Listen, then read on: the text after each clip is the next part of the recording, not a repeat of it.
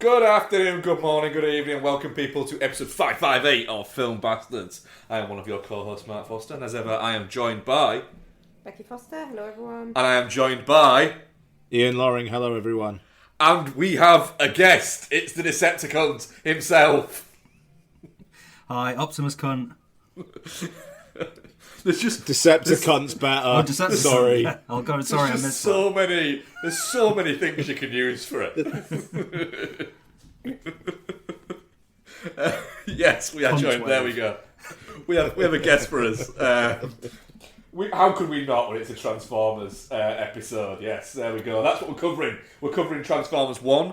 We're not covering Terrifier 3 because we just couldn't schedule it, could we? No. Couldn't work out.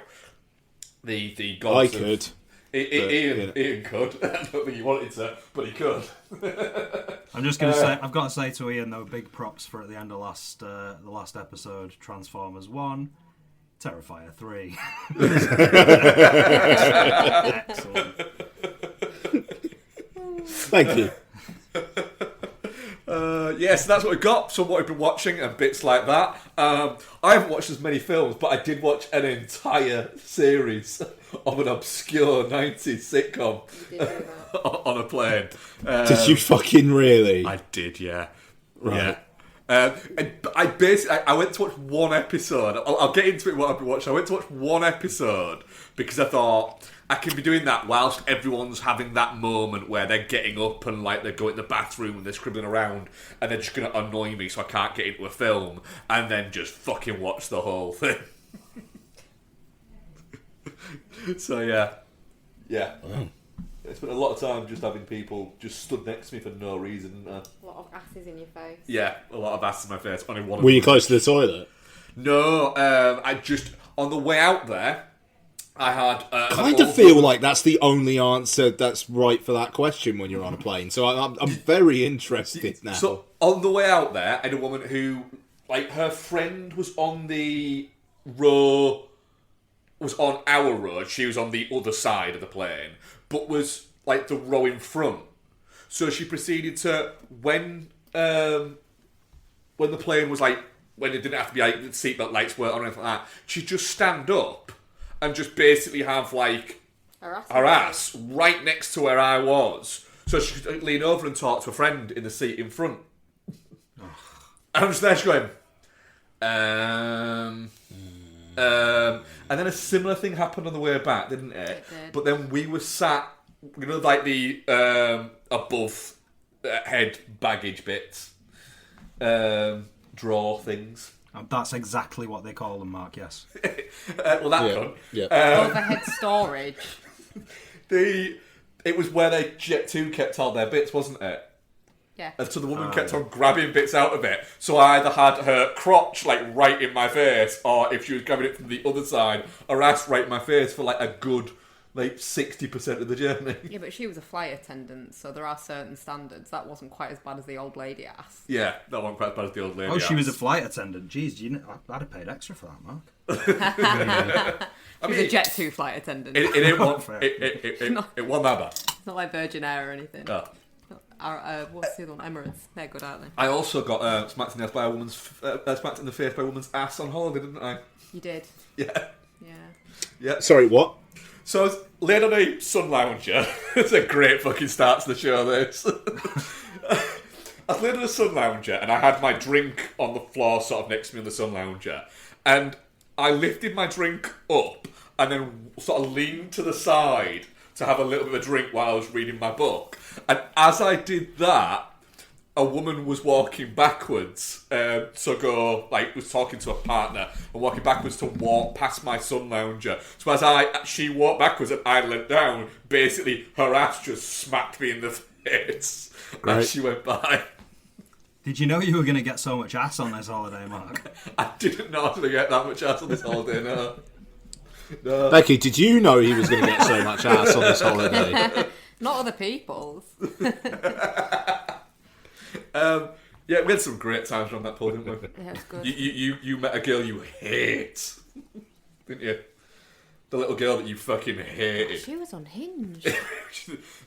Again, last bit that we'll do of this.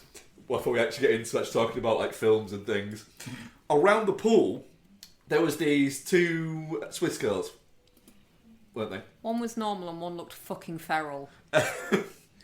And this girl was basically walking round like the entire pool and then stopping at any bit that had like a sun lounger near the edge of the pool, turning round and staring fucking dead in the eyes of the people that were on the sun lounger, didn't she? And smiled and then proceeded to do like a full-blown bomb in the pool. So cool. Oh, but that's pretty good. And honestly, I fucking clapped her when she did it at their hours. Yeah, nice. It was beautiful. Yeah, but you don't read because you can't. So, I was like, my book got reading. wet and you were like... I was impressed. Hang on, he was reading his football book. I was. Did you get through it? I've got like about maybe 2 pages. quarter left. Okay. Hey, you've not got much left, actually. No, I've done well. I did quite Real like reading. nerdy shit, guys. Yep, loved it. Right, so what we got? Yeah, we've got Transformers 1. We've got other bits. We've already started doing a preamble. There'll be more bits will come up. More japery. Japery. Japery. Gosh. Yeah, I know. Trailers. Did anybody watch any? Yeah, I've got a couple. I saw a couple, but I can't remember. Did you cover the new Dash Mihawk joint last week? Did you cover that last time? We didn't. cover it The last one week, with no. Stallone. Yeah. Yeah. That's like the most Mark film. Yeah. Yeah. Because it started off feeling like feeling a bit sabotagey, Yep. but then it sort of turns into a bit of a higher concept, doesn't it? Which I quite like. So, but yeah, no, if you covered that, that's. I did literally just now. There's an A24 one that's popped up within the last half hour, which looks all right. It's the legend of something or other. Some little monster thing. Ochi. Yeah. Yeah. Yeah. So yeah, Legend of Ochi A24. So is that like A24? Because I know they got a bunch of investment, like maybe like late last year, and it was like we're going to kind of like widen our gamut. This kind of feels like A24 trying to go family. Exactly. It doesn't. I don't know if it's just the Finn Wolfhard of it all, but it feels a little bit leaning towards like Netflix fantasy movie kind of vibes. And also, it's another one of those trailers.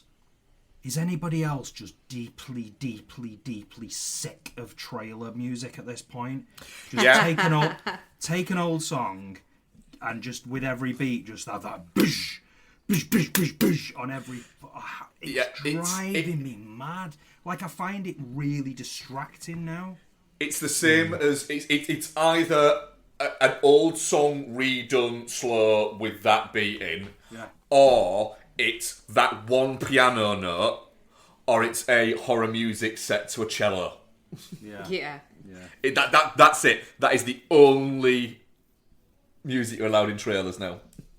It's always... I feel like there's a new one every week, and it's just a random, I don't know, Pixies or like Nirvana, or just some band from maybe about 20 years ago. I mean, with this one, it's running up that hill, which obviously is connected to Stranger Things and stuff like that. So it feels even lazier, like they've just gone, that was popular a year or two ago. Do something different. That's it. At some point, we're going to get somebody doing a really bad sort of slow piano version of Soul Asylum. At some point. Oh god, yeah. Runaway Train must. Yeah. Must be. Literally, there'll be somebody there going, "Oh my god, we haven't used that motherfucker yet." What they need to do is flip the script though and start doing like really jolly versions of like really dark shit. Yeah. Like do a trailer where it's a jolly version of like heart-shaped box. Yeah. Like an elevator music style sort of one. Yeah. That would be. That feels a little bit like fucking like Jordan Peele might go down that route for his next one. Or get like an Oompa band to do like a Misfits tune or something like that. A polka band doing Teachers of Peaches. Yeah. But I don't know. As a trailer, it looks okay, but it it's obviously A24 trying to do something a little bit more mainstream and, like you say, family friendly. But it did come across a bit Netflixy to me. Mm-hmm.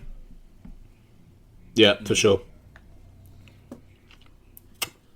So I also the trailer came out for Wame Colette Serra's new one, Netflix film in December, Carry On.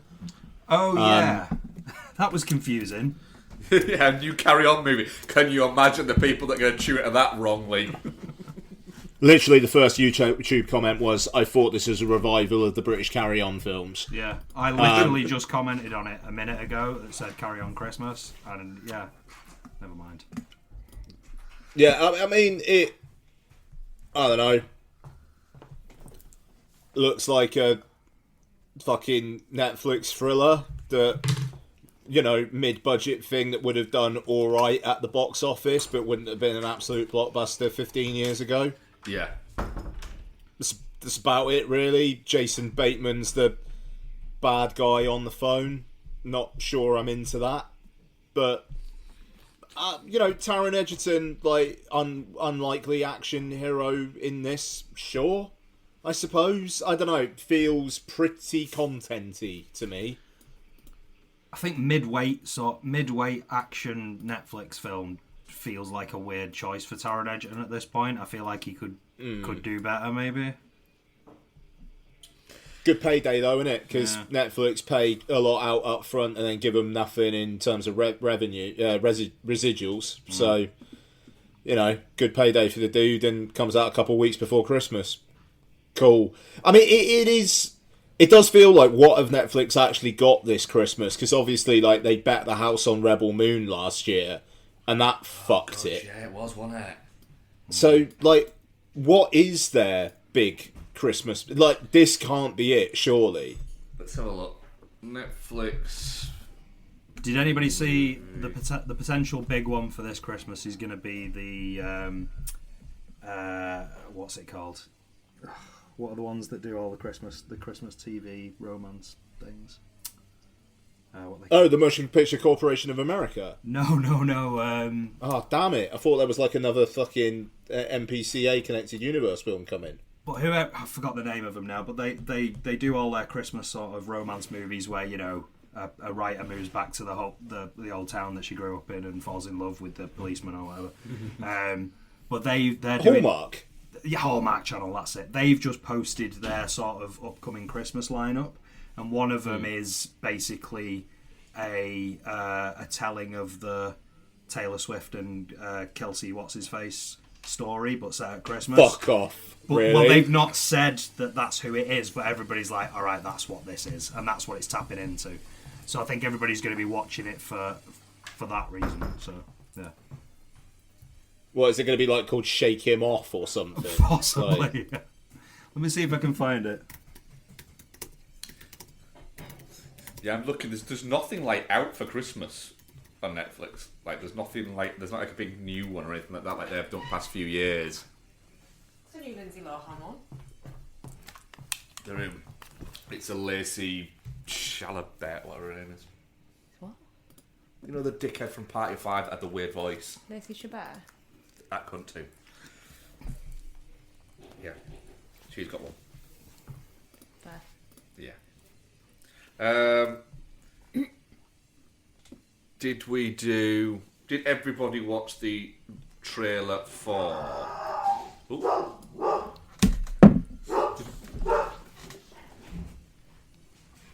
Where's it gone? I think that's being dealt with. Sorry. The monkey.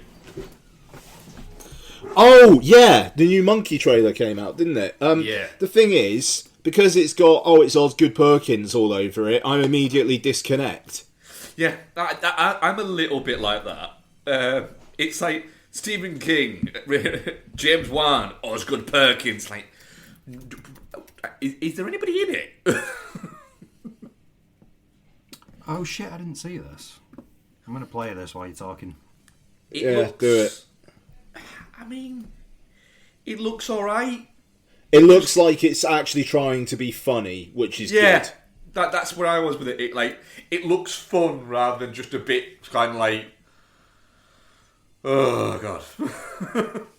The thing is, it's interesting because the first teaser for this basically came out the same the same weekend as Longlegs. So it made a big thing of this is another film by the guy who did Longlegs. And then Longlegs came out. It feels like it did well, but not a lot of people actually said, yeah, I liked Longlegs. So I do wonder like how much cachet Osgood Perkins actually has with audiences. Like, yeah. Longlegs did over 100 million, like, worldwide. Massive hit. So, from a Hollywood point of view, I'm sure he's a big name. But, I don't know, man. I think saying from the writer and director of Longlegs will actually turn quite a few people off. Yeah, it's a weird one. It doesn't... I don't think it's as big a flex as they think it is. You know, there's an element of... Put that fucking Elijah Wood's actually in a movie. That might get other people involved. Yeah. I don't know. That teaser's not long, so Noel will probably have finished it shortly. Yeah, I've just done it. Yeah. I like the look of that, but then I think I'm the only person in this room who liked Longlegs. So yeah. It doesn't feel too like visually. It feels a bit Longlegs-y, but like you say, the tone of it feels like it's a little more tongue in cheek. I think that looks all right. I'm up for that.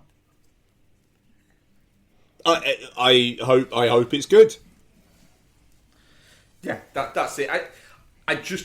I hope it lasts I hope it's like 96 minutes long and it's just perfectly fine. It's just between this and I Am the Pretty Thing who lives in the house. He's not doing it for me right now. Yeah. So, yeah. Yeah. I think that might be it for trailers, though. Oh, right. Fucking hell, we're zipping along again here, aren't we? It's how we fucking do shit nowadays. Yeah. Right. I'm going to find out what IMDb says about it, so we can just get into it with Transformers 1, the Josh Cooley movie, written by people and starring voices of Chris Hemsworth, Brian Tyree Henry, Scarlett Johansson, Keegan-Michael Kay, Steve Buscemi, Lawrence Fishburne, John Hamm, James Remar for some reason. And what is going on? What do they say? What does IMDb say about it? The untold origin story of Optimus Prime and Megatron, better known as sworn enemies, but who were once friends, bonded like brothers, who changed the fate of Cybertron forever. Boom. No. Decepticunt. Transformers 1. As a big old Transformers fan, did it do anything, or was it another big old Transformers disappointment? Can I answer that question with a question? You certainly can. Ooh. What do you think of this boner that I've got? I said when we got out, surely, Mark, the 80s kid in you has got a massive raging boner right now. Honestly, though, it's not perfect, but it's the perfect Transformers film for now, and I was really happy with it. I had a really great time with it. It's I don't like saying things like it's respectful of the source material, but it's like it's obvious. Yeah. It's obvious the source material that they've gone for. I think it's right that they've. It's right that they've gone for the aligned continuity is what they call the revised version of the continuity of Transformers from 2010 onwards, which is essentially like at a certain point Hasbro kind of sat down and went, all right, there's too many versions of this story. We're going to take all of the things that we like and decide that this is the continuity now. So it's right that they've done that, and they've stuck to that quite well. So I was very happy with that. I mean, basically, it would be impossible for anybody who liked Transformers at any point over the last 40 years to just make something up without contradicting something that they grew up with, because this has been, the animated series is different from the UK comics. The UK comics is different from the US comics. The comics after the original US and UK comics have changed hands like 4 or 5 times. Then there's the movie verse. Then there's the various different animated series. Then there's the Japanese animated series. All of these stories completely contradict one another. So it's good that we've got this now perfect version of a continuity where we've gone, all right, we're taking all the best things and this is what it is now. And I think that's what I was saying to Mark when we got out. It's like, it's so confusing if you weren't into it at the time, which as a girl I wasn't, but I really like the Transformers as characters, and I'd love to know more about it, but where do you fucking start? And like you say, it does all contradict itself, so it's like, which canon do you follow? So it was really nice to just get, like, this is the thing, work with this. Exactly, and I think that's why this aligned continuity works so well, is that they've actually just looked at what people like across all of the particularly the comics, and they've taken out the best bits and gone, all right, this is what it should be now. And I mean, they've stuck with that for the last 10, 15 years, and it seems to be working. It's how they're doing things in the comics now as well, but it makes Prime and Megatron so much more interesting as adversaries, and it worked brilliantly for me. It's obviously I went with Charlie, and it worked perfectly for him. This very much feels like a movie that I should be able to go to with him, and both of us enjoy, but me not get precious about things because it's actually his movie more than it is my movie. And I was perfectly happy with that. But it's very charming and really well put together. Very good. Ian, what do you think of Transformers 1? Yeah, so, I got a different situation. I got a daughter who could not give a single shit about Transformers, so I saw it by myself. Even though, I took her to see Bumblebee when that came out, and she enjoyed that.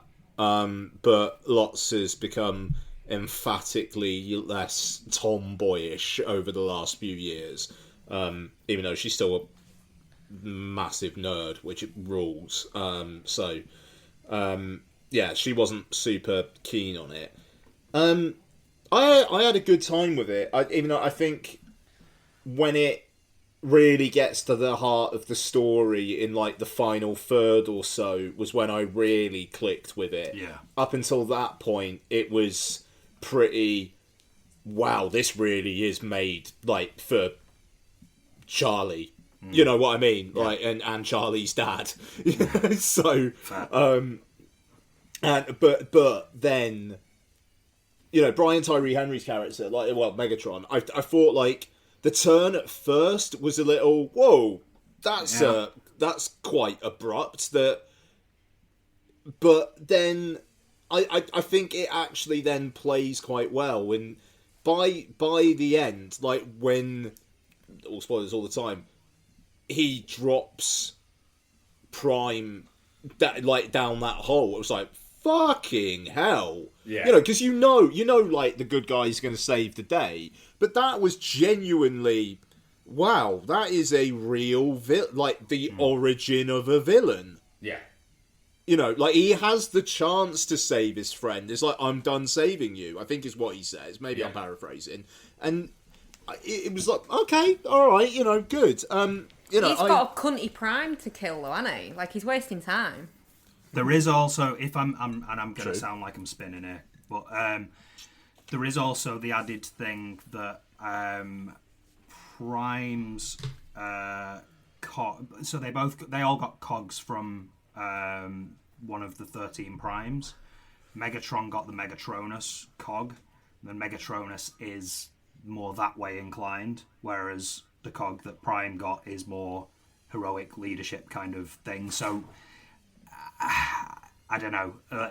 Maybe there's a physical. So there's thing no free will in the him. Transformers universe, is what we're trying to say. No. I mean, it might be. There may have been some physical thing that was happening there as well because of the cog that D16 got that made him Megatron, if that makes... Did he have Megatron's cog in at that point, though? I thought that was before Sentinel was killed. No, because that's when... So the moment where they find the Seekers and Starscream is sort of taking the piss out of him a bit, they've already got the cogs in them then at that point because they can transform, because that's the moment where Megatron snaps a little bit and the gun pops out of him. So it's almost like he's got this thing inside of him that's sort of breaking out a little bit. So... But then when... Sorry, no, just so that I can make sure I'm understanding, because I thought when... Sorry, yeah. When they're talking to Sentinel Prime later, he's like, ha ha ha ha, that's why I took Megatron's cog, and he opens his chest up and he's got the purple Megatron cog. You're right. I've read that wrong. And then when he gets Sentinel. Okay. Yeah. So you're right. He's You're right. Sentinel, He did have. I'm not being a dick. Yeah. So you're right. He had one of the 13 Prime's cogs at first, and then he ended up with Megatronus's cog later. You're right. Yeah. That's fine. You know when you think you're going mad? No. You're right. But no, I mean, like it just, you know, it's a kids' film. It's 90 minutes long. Like they kind of have to get to it. So, you know, I get it, but like that turn is a little quick. But when they really play it out in that final 20-25 minutes, I genuinely think it's pretty effective. No, I mean, I liked it. It's a real shame it just seems to be coming and going. That is bizarre. Because I would watch more of these. But yeah, over to Mark and Bex. Bex, what do you think? Well, I mean, like I said before, as someone who growing up really had no exposure to Transformers because evidently my parents were misogynist pigs who just made me watch like Barbie movies and stuff, and Hans Christian Andersen's really depressing version of The Little Mermaid. I didn't get shown any of this. Like Thundercats and She-Ra were probably the closest to. And yeah, so I was kind of going in it like only the modern stuff, which doesn't really explore the history. And honestly, like isn't like this like. So for context, we watched Terrifier, then went to the cinema and watched Transformers 1, and then came home and watched Terrifier 2. So it was like a gross, wholesome, gross sandwich. I was say you got a jam sandwich there, didn't you? Really? Yeah, and it was just like the earnestness of it was just like a balm after watching the Terrifier, and I think maybe that's coloured my view a little bit, but just like not having any previous conceptions of the history of how these characters came to be who they ultimately are, and just getting to watch it like as a blank slate, I guess, was just really like there's not many movies that I just sit there and just feel fucking joy throughout the entire thing and just sit there open mouth like this is fucking mint, and then I did with this one, and I absolutely fucking loved it. But yeah, that's ace. I've been looking forward to this since the trailer came out because I liked it, and because like within the Transformers universe, like the Transformers movie is like a real big deal to you people with dicks, isn't it? And so I didn't get that. I've still not seen it. You've got it, and we've still not watched it, have we? Transformers movie. Yeah, we didn't watch it. You watched it. You really liked it. Oh, which one? The 86 one are we talking about? Yeah. But it's bonkers, though, isn't it? It's wild, yeah. It doesn't make a whole hell of a lot of sense. It was an 80s cartoon. It was an 80s cartoon movie. A lot of them didn't. I did feel like I was going to have seizures at points. So I've been looking forward to it since the thing came out, and it just 100 million% lived up to it. Nice. And it's like, because like as the sort of know nothing person that I am within this universe, like when they're on about Megatronus Prime, I just leaned over to Mark and I was like, but isn't he the bad guy? And Matt was like, yeah. And then just didn't say anything else and just let me like get there myself, and it was just really exciting for me. And when he was like, like they came out and it was Optimus Prime, and like because like you know before that, because you know from the coloration and stuff, and Optimus Prime is a big character still in even the modern movies, so you know anyway. But like when it's like when he becomes the truck, and then when he becomes Optimus Prime, it's just fucking ace. What I would say is it's very lucky that we went to a like midday screening on a Tuesday after the weekend that it came out, because when he became like fully fucking Optimus Prime and got like the fucking leader cog thing in him, Bex literally at that moment when he was like, when it went bum bum bum bum and he became Optimus Prime, Bex just went fuck yeah. Which I imagine, like, if we'd have gone to like a midday screening on Saturday, something like that, might not have got down as well. Might have been inappropriate, yeah. Honestly, felt like standing up and fucking applauding at the end of this movie. It was fucking mint. See, that's it. It's that sort of, that last act there, because based on the first trailer, I was a bit like, oh, brilliant, we're going to get to see this. Like, I've always wanted to see this. The you know, the division on Cybertron and these guys going in separate directions and something. I've wanted to see that for ages, and it was sort of hinted at in the War for Cybertron series that ran on Netflix across sort of like 3 seasons about 2-3 years ago, I think. They sort of hinted at this past between Megatron and Optimus Prime, and it's been a thing that's been referenced in, you know, comics and even in the movie a little bit as well. One of the Michael Bay movies a little bit as well. But we've never really seen that, so I thought that's what this film was going to be. It was just going to be that. So to get to the point where... What I would have hated is if it had got to the point where they both sort of walk off in different directions at the end. But actually, no, you see them fight and you see the divisions there, and they're both fully formed and they're beating the shit out of each other, and it's just like, yes, like this is exactly what I needed. But the little bit at the end, like where he's reminiscing about the first time they met each other. Yeah. That made me really sad. Yeah. Oh, and the bit where they find all the primes, and like he's showing them the history and everything. It's just mint. It's just fucking mint, and it looks so good as well. Like it's such a good looking movie. And it's just, they could have done, you know, they could have half-arsed it, and they could have just knocked it. And you know what? They've half-arsed it a lot in the past. So I'm just delighted that for the period of time that I've had to sit through all of those Michael Bay movies, and I've just gone, I don't recognise this. I don't know what this is. This is your reward. Yeah, it's like, and you get past the point, and you go, I'm never going to get the thing that I want. I'm never going to get that thing that I want. But actually, to get this now at the perfect time to be able to take Charlie to it as well, all is forgiven. Like, honestly, all is forgiven. Yeah, perfect age really for Charlie to be seeing 100%. Yeah. Well, I think the reason why it works in that sense is there's no humans in it. No. Yeah. It's that, and you kind of like forget it. What I will say, I really enjoyed it. I liked it. It's possibly at points, I'm going to contradict myself here. It's possibly at points a little bit too fun at points. Like there's too many quips in it at points. But then again, it is a kids' movie, and it should be for kids, and they should have bits where they can kind of have a laugh with it. The race was ace. I like that. The race was great. I think it's one of the without being overtly visually flashy. So something, for instance, like in the Spider-Verse, where something is a visual, stylistic bit. It's one of the best looking Digimation movies that I think I've seen. In the sense that when it first started and it was going out, I was looking at it going, fucking hell, this is verging on looking like it's stop motion.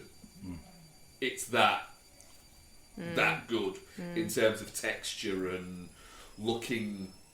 Oh yeah, like the bit where he gets like right up close in D16's face to wake him up. Yeah. And you can see all the texture on the metal because it's like raw metal and it's not painted. And it's like there's essentially like there's effectively almost like when you cut into steel, you have like basically it's like a grain that's there in similar way. There's that on it, so it looks fantastic. I do think it's got a mildly baggy middle that's there. But then I think it kind of has to have a baggy middle. Cause I think if it was as high octane as like the opening half an hour or the last half an hour, I think you'd just be a little bit like, this is a bit too much actually now. I need you to calm down a little bit. I like the deer as well. What? Oh, the deer were the deer were cool. Really clever. And Charlie literally, while we were watching it, as soon as they appeared, he went, "Whoa, they're really cool!" And I was like, "I've never seen that before. That's amazing." Yeah, and then when they get startled, the little lights go. Yeah, and all that sort of what they've done there. And again, this is aligned continuity stuff. The idea that the Quintessons have had this supposed war, that's driven them underground, like, and then that you've got the surface of Cybertron, which is this sort of transforming sort of surface that's sort of half metal and half organic and stuff like that. I've never seen grass before. That looked lovely, and just to have that hint of like the Quintessons with all the sort of the biomaterial everywhere and stuff like that. It's just a really nice little touch, and actually looks great. Like, just looks gorgeous. So I loved all that, and also just Mark, you mentioned the sort of metal as well. I was geeking out on random things, like, so the at the beginning, for example, when you've got all the mining stuff going on, my eyes were just darting all over the fucking screen because I'm seeing characters in the background. I'm like, oh my god, is that this guy? And, oh my god, is that Cup? Oh my god, is that so? Like, I was going to ask that. Is there loads of Easter eggs in there for people that actually know what they're looking for? But the thing is sometimes there's robots in the background and they look like individual robots that I know, and it's like, but they're not. It's not blatant. Like, so even when they're talking to Jazz and they say Jazz's name, Jazz looks like Jazz, but he doesn't look like he's fully Jazz because obviously he's not got his cog. So you can almost see a sequel. You can almost see a sequel where you get to see those bots become the bots that they're supposed to be, which is great. Yeah, when they're fully jacked. Yeah, when they're fully cogged out. The Megatron thing, going back to the metal. So the fact that D16 has got that dark grey helmet throughout before he gets his cog, which is kind of, I think, a reference to when the original Marvel comic run started. They were working from the concept drawings of the characters as opposed to the toys, and that's what Megatron looked like, and then they had to change that later to make Megatron look like he looks in the animated series. So that helmet that he's got up front as D16 is kind of a reference to those first early comics where he kind of looked like that. But then the helmet that he gets when he becomes Megatron, the brush sort of metal of it, and it's gorgeous, like, just really, really gorgeous. I think that's, you can tell it's a film that has been made with kind of a lot of sort of reverence and attention within it, and love, but also without it's wanting you to watch the story. It's not wanting you to go, right, there's a story here, but we don't give a shit if you're looking at that. What we want you to be doing is looking at this, how clever we've been in this little corner. Then look at that fucking thing there, look at that fucking thing there, look at that. And you're going, but what's happening in the story? What story? All this shit in the background is the bit we've paid attention to. We just got some nerd to write a story. It's the opposite. It's the opposite of the Super Mario Brothers movie in that regard, isn't it? A little bit, yeah.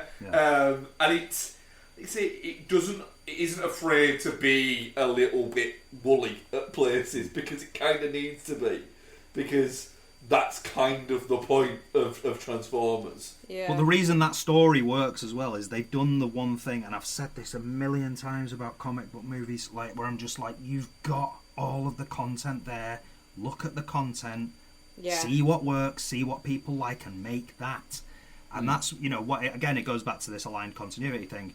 They've been able to sort of look at, all the IDW comics, all the Dreamwave comics, all the Marvel comics, all the Japanese and UK stuff, like the animated series, the animated films, the actual Michael Bay films. Like, they've been able to look at everything and go, what works, and how do we refine that and put it into one continuity, and then we're going to make this very polished animated movie out of that. And that's just, it seems to make sense to do it that way. Just look at what works and do that. Yeah, absolutely does. It is, like you say, it feels less cynical. Very earnest. It is very earnest, but Transformers, Optimus Prime's a kind of an earnest guy. Superman. Yeah, he is. He's Mechanoid Superman. But it works. But then you've got some really good sort of vocal performances in there. Brian Tyree Henry, as he just switches from when he gets angry, because basically his idea and everything that he believes in has just been flipped on its head. Just completely stripped away. Yeah. And his whole ideology has just been pulled away from under his feet. Yeah. Yeah. And all he's left there is the anger of that he's been. I'd kill that Sentinel chap as well. I'm kind of on Megatron's side on that one. You were a little bit on Megatron's side on that one, weren't you? Yeah. I don't think you should have let... Isn't that always the sort of thing with the best villains, though, where you're like, they've kind of got a point, and that's what they've managed to do with Megatron, is kind of make it feel like, he's kind of got a point. He's not just the cackling lunatic from the cartoon. I did think, though, a little bit, like, that John Hamm is playing it a little bit of, hey, what if Ozymandias was just a douchebag? Is he Sentinel? Yeah. Yeah. Can I just make a point though? What? I was so fucking immersed in this movie. I didn't recognise a single voice throughout it. So when the things came up and it was like, oh, Chris Hemsworth, I was like, huh? Just didn't, because it wasn't Chris Hemsworth. It was Optimus fucking Prime. This is the thing. Or Ryan Pax. The voices as well. Like, I mean, it's not always been Peter Cullen doing Optimus Prime, but that's what people. When people see Optimus Prime, that's the voice that they hear.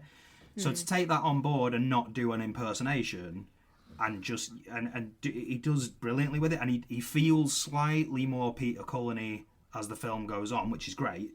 But then the Brian Tyree Henry thing, like at no point did I feel like this didn't feel like Megatron. It just felt like, he wasn't doing an impersonation of Frank Welker. He wasn't. Trying to pretend to be that. He was just his own thing, and it was great. Yeah. But what I will add, doing the direct opposite of that, and it's probably the greatest casting of all time. I'm gonna need more Steve Buscemi as Starscream. I'm just really gonna need that. It works so well. Oh God! The thing is, when he started talking, I was like, hang on a minute, that's Steve Buscemi. And also, hang on a minute, why did nobody think of this before? Yeah. You kind of watch it going, why is Steve Buscemi voicing a Transformers? And then Transformers, and they're going, hang on a minute, this is just right, though.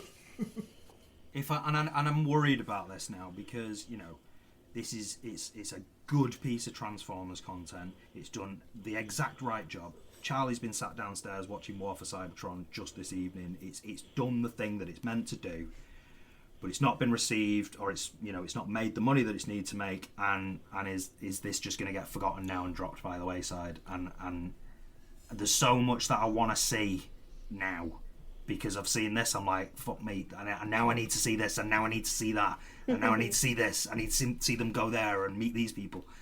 And I worry that that's not going to happen, and I'm not going to get to where Steve Buscemi sarcastically call Megatron Mighty Megatron. It's bizarre though, because it's been received well. Like, reviews have been good for it, but I think it's done about 120 million worldwide, cost 75.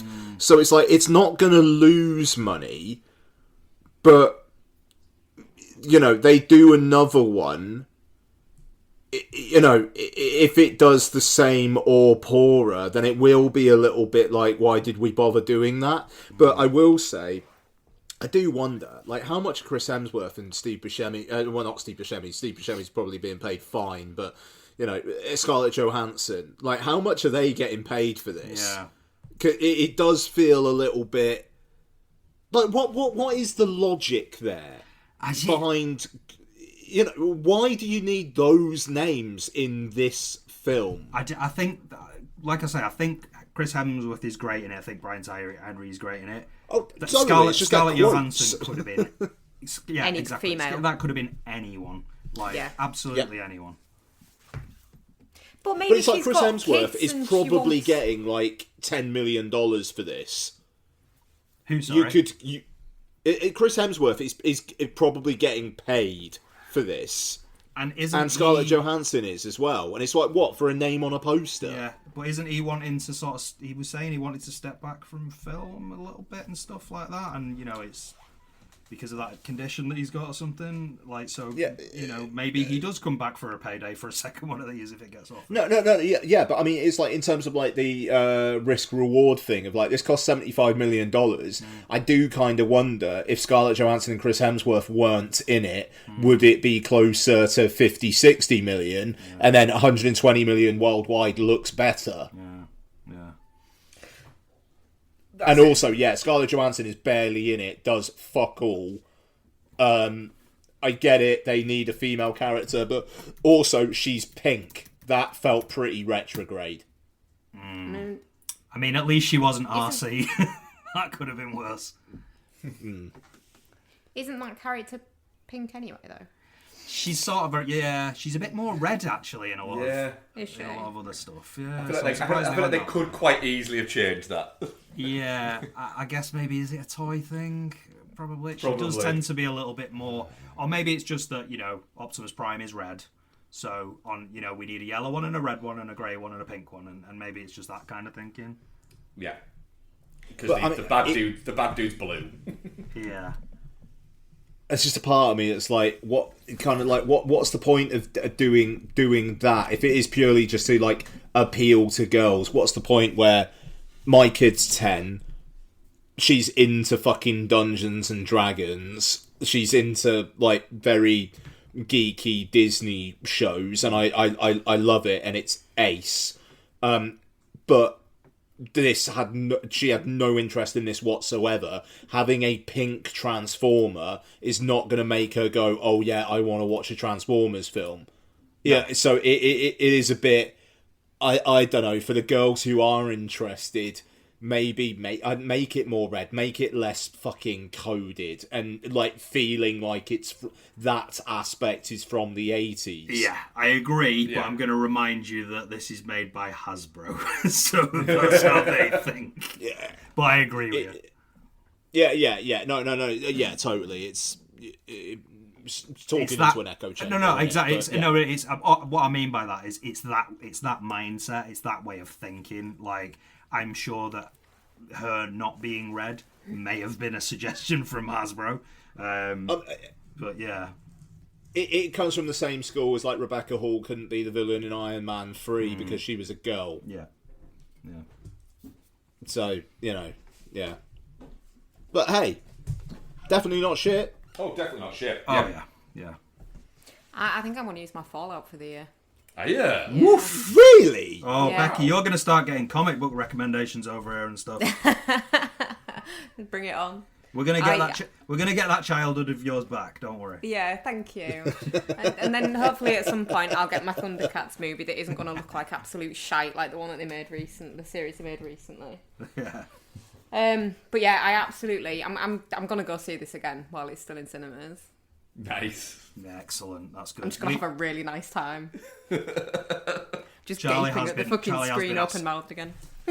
Charlie has been asking to see it again, and I would be more than happy to. So yeah, absolutely loved it. Our audience poll was definitely not shit 100%. Hey. Yeah, They don't get the extended options, do they? Yeah, they do. They don't They get like Fallout and Suspiria and stuff. And thanks, I hate it. Bex, just saying, I am on a close on Monday, and there is a screening at 6 o'clock at York. Well, then I am going to book a ticket right now. There we fucking go. Right. What have people... What have you been watching now? What have I been watching? Let's have a look. I would like you to talk about Joker. Yes. Okay. All right. I've nearly been back to see Joker a couple of times. I've just chickened out at the last minute, just timing wise, because it would have been quite late. I'm fairly alone on this. I think I mean, remind me, what was your general takes in the room? Joker, Becky. I think you liked it, didn't you, Mark? Yeah, I really liked it. Yeah. I very much liked it, and I'm still off work, so I might go and see it in the next couple of days. Vibes. I liked it a lot. I agreed with a lot of things that you were saying about it. I do think it is a middle finger, and I love that about it. I think that honestly, I would put it up there with The Last Jedi. It's in the same category for me as fuck you, I don't care what you think, you'll come round to my way of thinking eventually. Like, I am that sort of certain about it. It might be better than the first one. I think that it's really interesting that it is the film that it is, and that people couldn't see that coming based on the first film. Yeah. And I love the fact that it's I love the fact that it's intentionally reminding you of what that first film was. And I know it's been criticised for that, but the point being, no, this isn't what you think it is. He isn't that guy. He's playing at this, and you know the I think, as you called it, Ian, the Rosetta Stone moment of seeing that crumble in that conversation with Gary Puddles.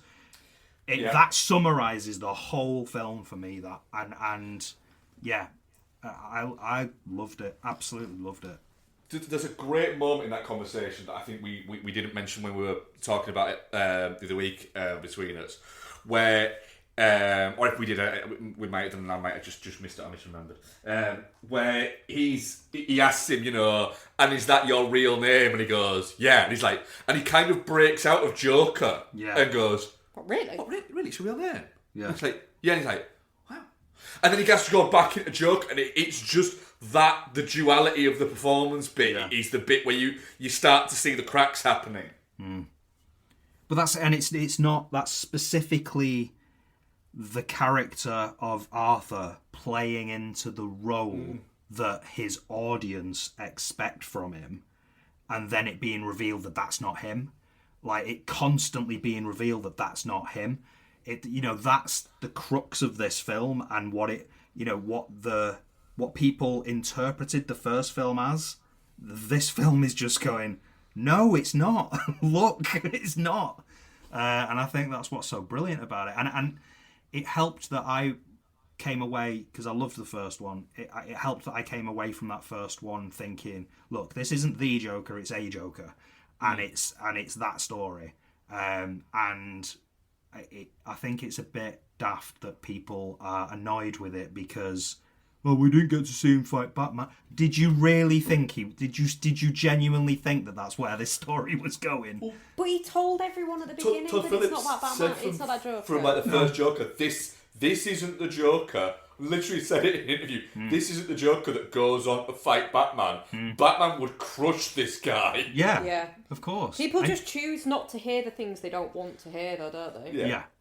And maybe with the first film, where he ends up in the very last, well, not the very last actually, but in the final sort of moments of the film where he's out and he's on the street and there's chaos and he wipes the smile across his face. If the film would have ended there, maybe that's the version of the Joker that people want, that they then expect that he's going to go out and commit a load of crimes. But it's like, this guy isn't a crime boss. Like, he can barely handle his own sanity. Like, he's not, he's... So, yeah, and even the way it brought back Zazie Beetz' character was, again, just that, because it's ambiguous in the first film as to whether or not he killed her, or did he kill her? Did he kill her and the daughter? But then in this film, it's like, nope, they're there. He didn't do that. Like, it's... all of that is what makes it work for me. And, yeah, they're all wrong, and they'll come out of my way of thinking in the end. Apart from that, I watched Salem's Lot, which I love the fact. How was that? I love the fact that you hated it so much that you're going to have to go away and reread an entire book just to wash the taste out of your mouth. That's brilliant. It's just, yeah. It's the fastest and slowest film I've ever watched. It's so boring, but then it goes through so many things so quickly. It looks and feels more like a TV special than the TV specials do. Yeah, it definitely had a sort of... I feel like maybe give this to Mike Flanagan and let him do a 6-episode thingy out of it or something instead. It just... I didn't feel anything for the characters because it didn't let me. And then actually when it got to the vampiric stuff, it was just a bit so what. So and they get Barlow and Straker just so wrong. See, I've heard that as well, and so wrong. And the thing is my memories of we were discussing this on the chat recently, and I think the only version of Salem's Lot that I've seen is the VHS UK VHS release, which was like, what did we say it was? It was like 120 minutes or something like that, or even less actually, I think. So my memories of Salem's Lot as a film, because that's how I viewed it. The Rob Lowe one, or no, the 80s one. I forgot his name. The guy from Starsky and Hutch. David Soul. Yeah. I've never seen that one, I don't think. No, so that was a mini series. That one. Well, that was a mini series, but then it got edited down into a film, and then in the UK there was a really short version of it that got put out on VHS, and I think that's the only one I've seen. Right. So I was looking forward to it, and I just kind of thought it was boring and just a bit pointless. Do you know what's better than what either of those versions did? Go on. Donald Sutherland as Straker and Rutger fucking Hauer as Kurt Barlow. What's this? Was there another version then? Yeah, there's one with Rob Lowe as the teacher guy. Oh, right. And, what year was that? Andre Braugher. 2004. Is that a series or a film? TV miniseries, 2-episode miniseries, like it was. Okay. I'd be interested to see that then, because it's one of those things where I'm like, really good. I feel like there's probably a good story here, but I've not had it yet. You got Samantha Mathis playing Susan as well. Just all of the casting. All of the casting is just better. James Cromwell as Callahan. Well, the problem is the girl in Salem's Lot just looks like she doesn't actually exist in real life. She's just a fucking skin job. She is a vessel, isn't she? Yeah. My God. And at first I thought it was a bit that she was doing. I was like, oh no, you are that dull. But they're all that dull. And the thing is, like, in the book, Mark Petrie goes off with Ben Mays, and they kind of go off as like a father and son kind of thing. You mean that fucking nerd kid? That fucking nerd that kills everything. But they go off as like a father and son kind of thing, and I think they go to like Mexico. What? Jeez. And kill vampires or something. What, after it? Yeah, pretty sure. And then they come back to Salem's Lot to... Anyway, spoilers for a billion-year-old book. They go off and train Batman. Well, kind of, I think. Yeah, they run away to Mexico or somewhere to get away from Salem's Lot because it's just been completely taken over by vampires. And then I think they end up going back as like Sarah Connor does in T2. Yeah, and then... unless I'm completely misremembering this, but then they go back with the plan to like basically go through all the houses during daylight, find all the hiding places and stake them in their sleep and just take them all out in like one day. I mean, it makes as sense. You would, yeah. As you would. But yeah, like, no, like that. Who is it that plays Ben? It's someone's kid, isn't it? Yeah. It's, what's it, Pullman, isn't it? Yes. Lewis Pullman. He looks like he's about 14. Yeah. It's just shit. It's boring. It's boring. No, I'm going to need you to watch the Rob Lowe version. Do you know what? I could watch back that. To me. Yeah, I like a bit of Rob Lowe, and I love Samantha Mathis because she's close to both our arts, isn't she, Mark? She is indeed. So yeah, I'm going to watch that as well. I'm really excited about that. Actually, I'm going to watch that as well. That might take the taste out of my mouth, seeing as I only read Salem's Lot last year. It's a bit quicker than a book, isn't it? It is a bit quicker than a book. I did enjoy 2024's No, It's Not a Megan sequel, Subservience, with Megan Fox. Oh, I've not watched this yet, but I have got. Oh, you were going to watch it on the plane, weren't you? But yeah, and I thought maybe not. Do you know what? It's good, man. It's all right. It's it's nothing new. It's playing with things we've seen before, but it's a good time and it's having fun with it. The only major criticism that I've got is the lead actor in it feels like a friend of the director. I'm not sure if he is. I don't know what else this guy has been in, but he feels like the director he's just a friend of his, and he's like, "Oh, you're good looking. You could you be in this film that I'm making with Megan Fox?" And this guy's just like, "Fuck yeah, man! Do I get to drink whiskey and drive a hot rod?" And the answer is yes. So yeah, it's sorry. Did you ever watch the TV series Humans when it was on? Yes, it's very humansy. I was going to say. Yeah, Megan Fox's look in it in particular. She looks like Gemma Chan, doesn't she? She looks very Gemma Chan-y, yeah. So there's a bit of that in it. What I will say is, and I think I said this to the group, like, you know, the first like half hour, 40 minutes of it is just very much like, okay, so he's gonna fuck her then. Like, it's just very, very, very focused on that, which is fine because, you know, that's where things start to go wrong. But then from there it becomes very like Hand That Rocks the Cradle, that kind of thing.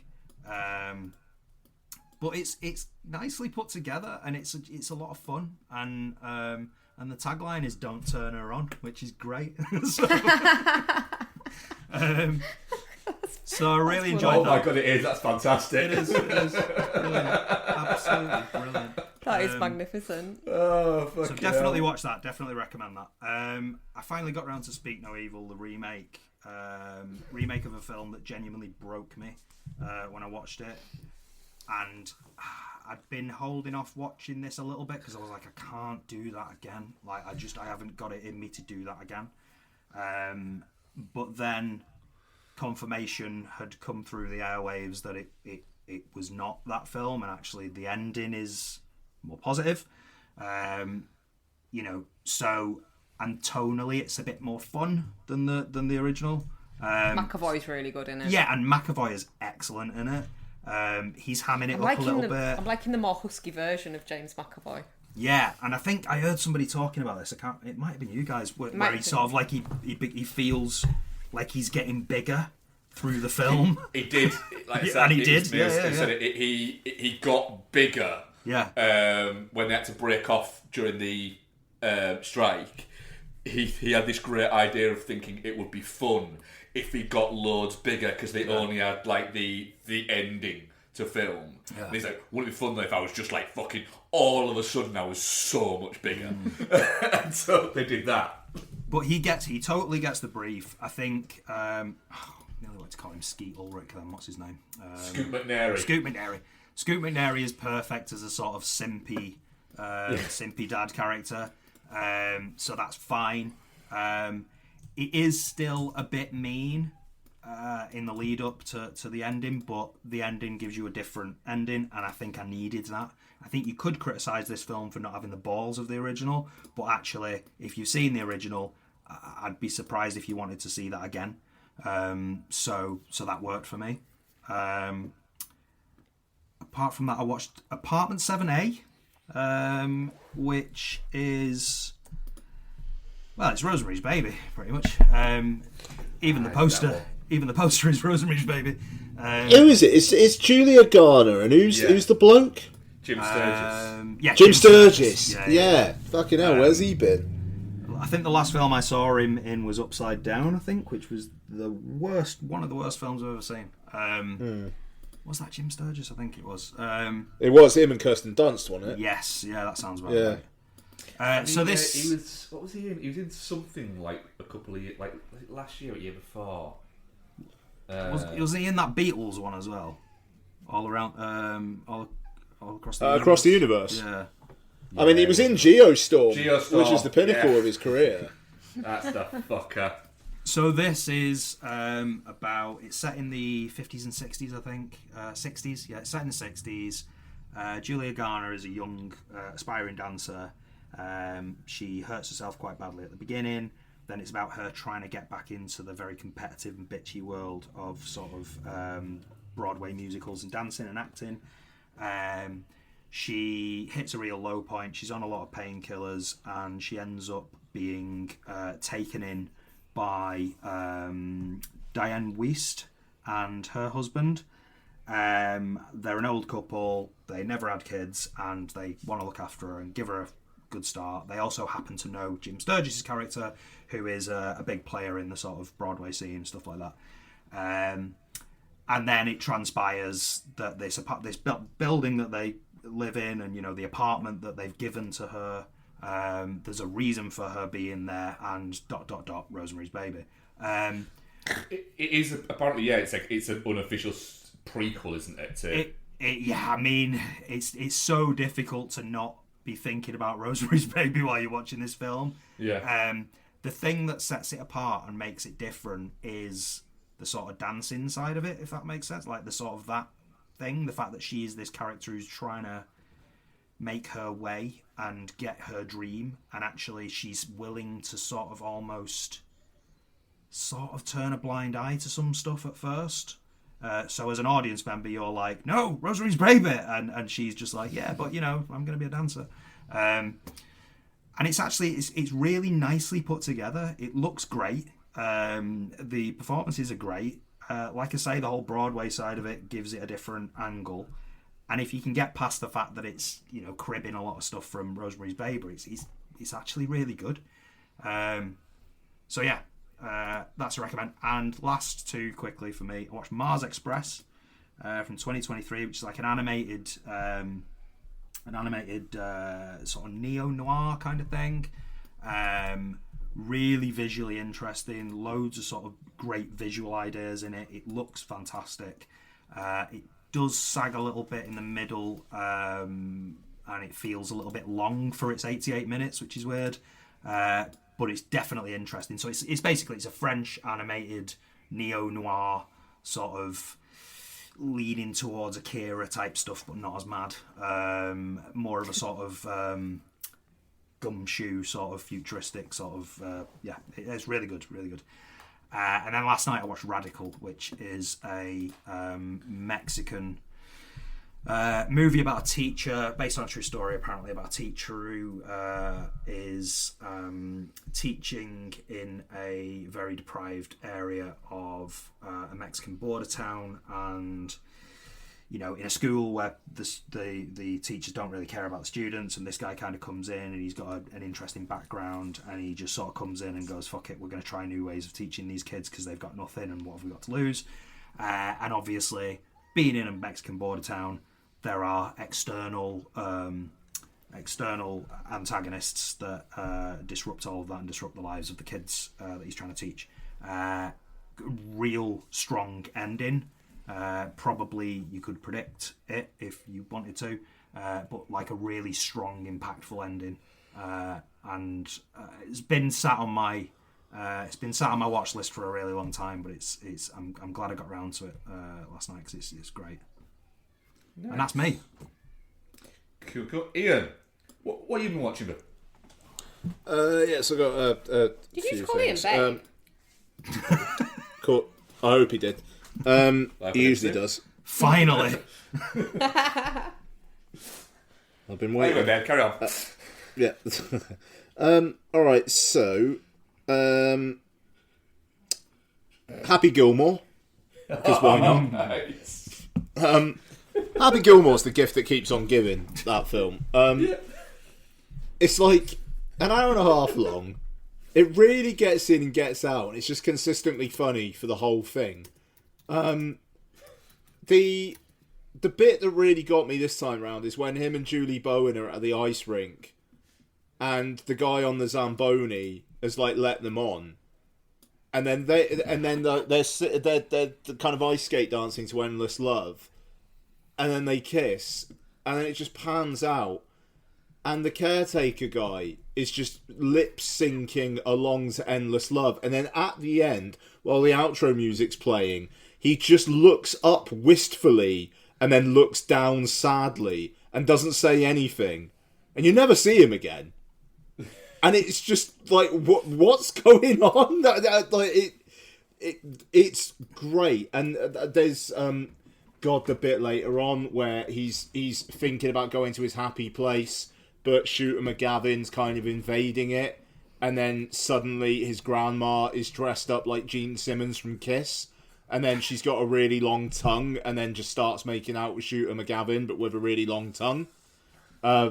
That's good. It's the film that gave me one of my most used in the home movie quotes, which is, if you ever see me trying to put a USB in the back of a TV, you will hear me say, "Why don't you just go home? That's your home. Are you too good for your home? Answer me!"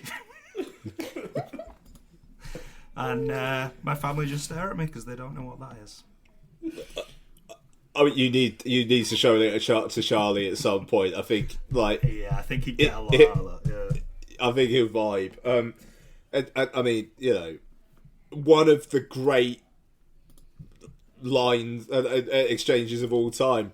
I eat pieces of shit like you for breakfast. Yeah. You eat pieces of shit for breakfast. But then Shooter McGavin's reaction, where he's just like, he tries to think of something to say and can't, and just wanders off. It's going to go, no, shut up. so good. It's so good. But I mean, it's just like, the genius of that line is, you would actually think someone like that would say, "I eat pieces of shit like you for breakfast," like out in the real world, and no one ever calls them on it. Yeah. Like, it feels like, shit, that doesn't make sense, does it? You know, and it's finally Adam Sandler has unlocked it. It's that's great. So it's Happy Gilmore. I want to talk about all 3 Terrifier films now, so I don't have to talk about Terrifier 3 next week, and I can just let you guys go, and I've said my piece, and I don't need to do anything. So you liked them then? So you're very passionate about them then? So, Becky, I apologise. It's alright, I'm going to go... You want... upstairs. Give me a heads up before you go on to 3 and I'll go upstairs. Okay, alright.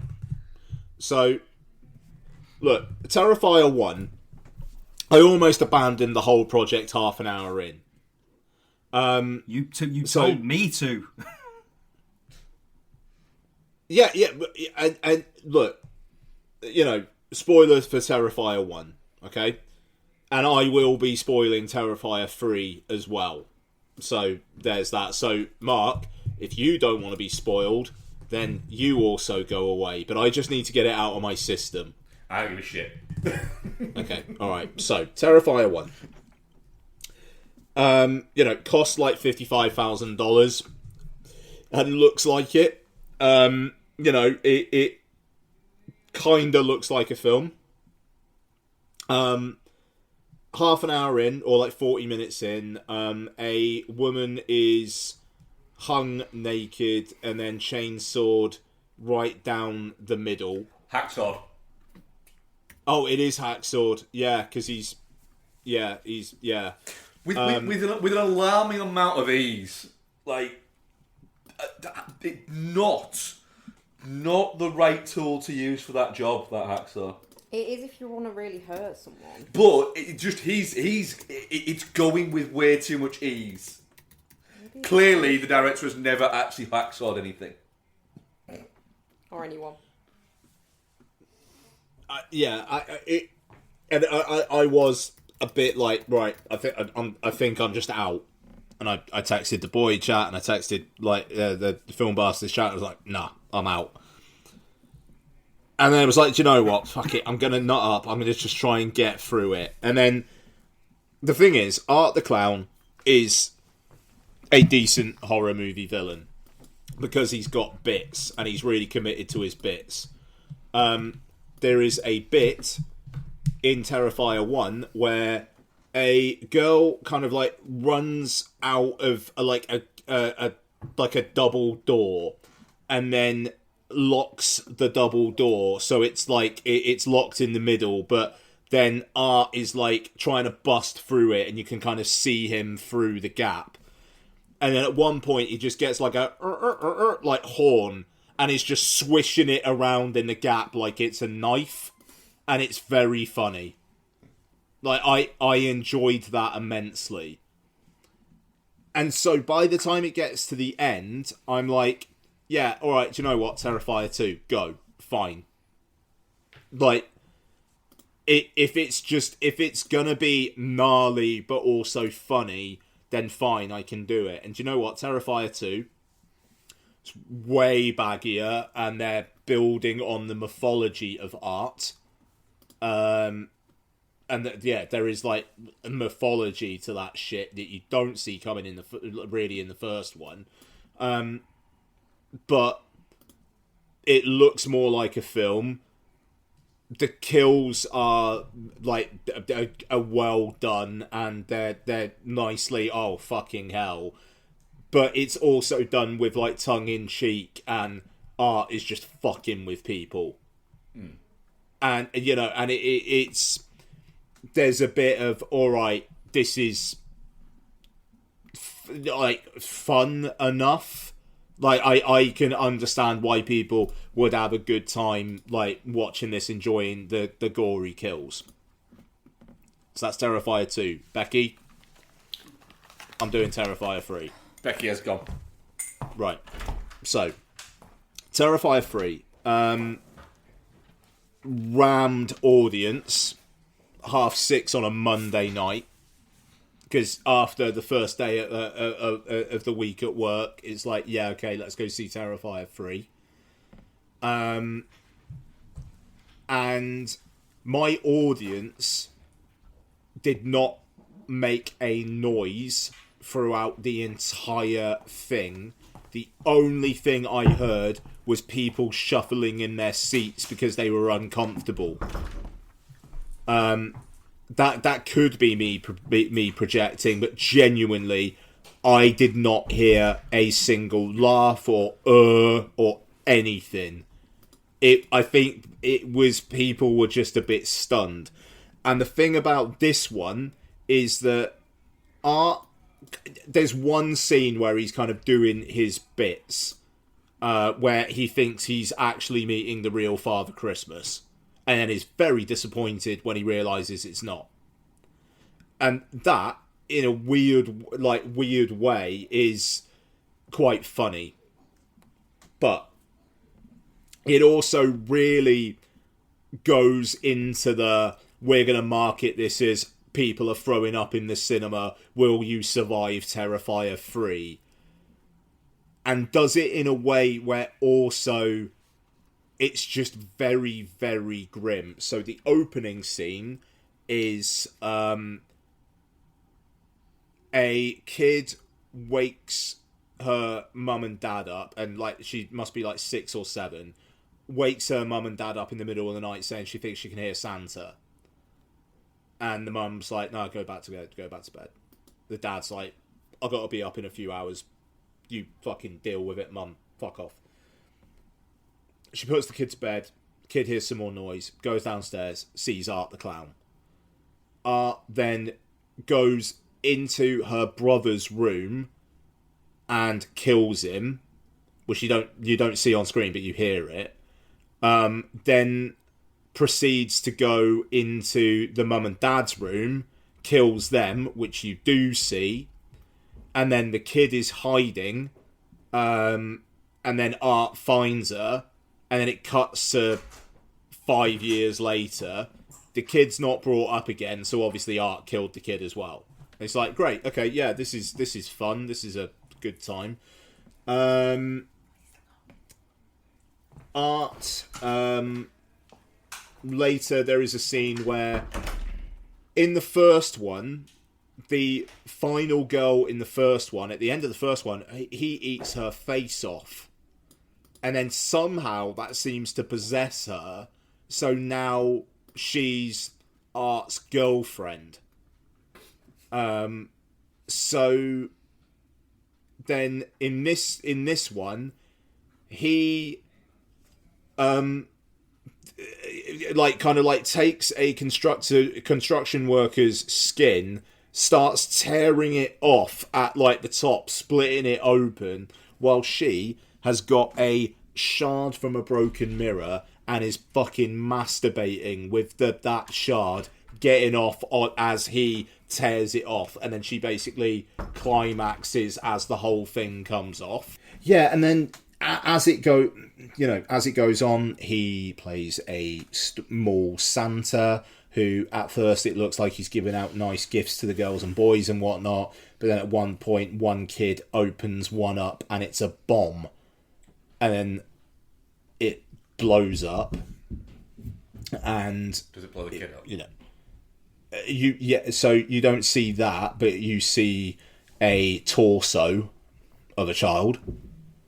And then there's like news reports of like 5 dead, 6 critically injured, blah blah blah. It's like fucking hell.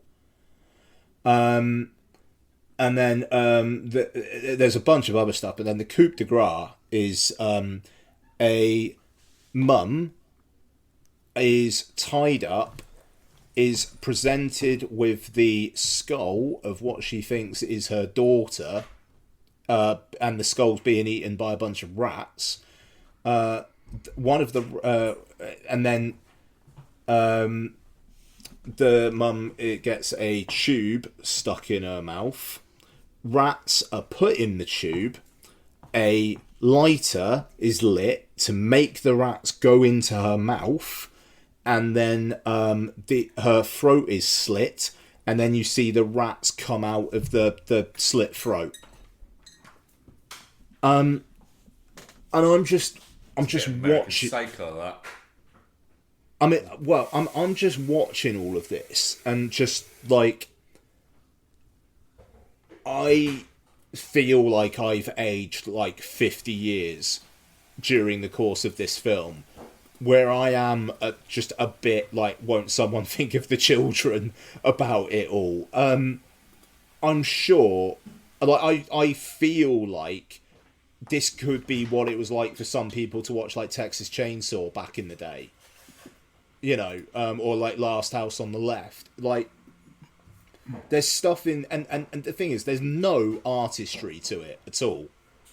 It is just, look at this fucked up shit. There's just no comedic edge to it whatsoever. I was just so thoroughly despondent by the end of it. And I mean, like, you guys like saw my WhatsApp. I found the whole thing really, really depressing. Profoundly depressing. And it just... See, this is it though. It's like your description of it sounds to me like and I know you've said you feel like you're being a bit pearl clutchy about it and stuff like that, but your description of it to me makes me feel I would have a similar response, but not a response that is offense to it or anger with it or anything like that, but just a bit like, even the way you describe it makes me go, oh, well done. Do you know what I mean? Like, it's just it feels very like I said to you, it feels like a teenager trying to be edgy just by coming up with the most random thing that they can come up with. I'm not a prude. I'm not in any way. And maybe it's an age thing. Maybe 20 years ago I'd have a different experience with this kind of thing.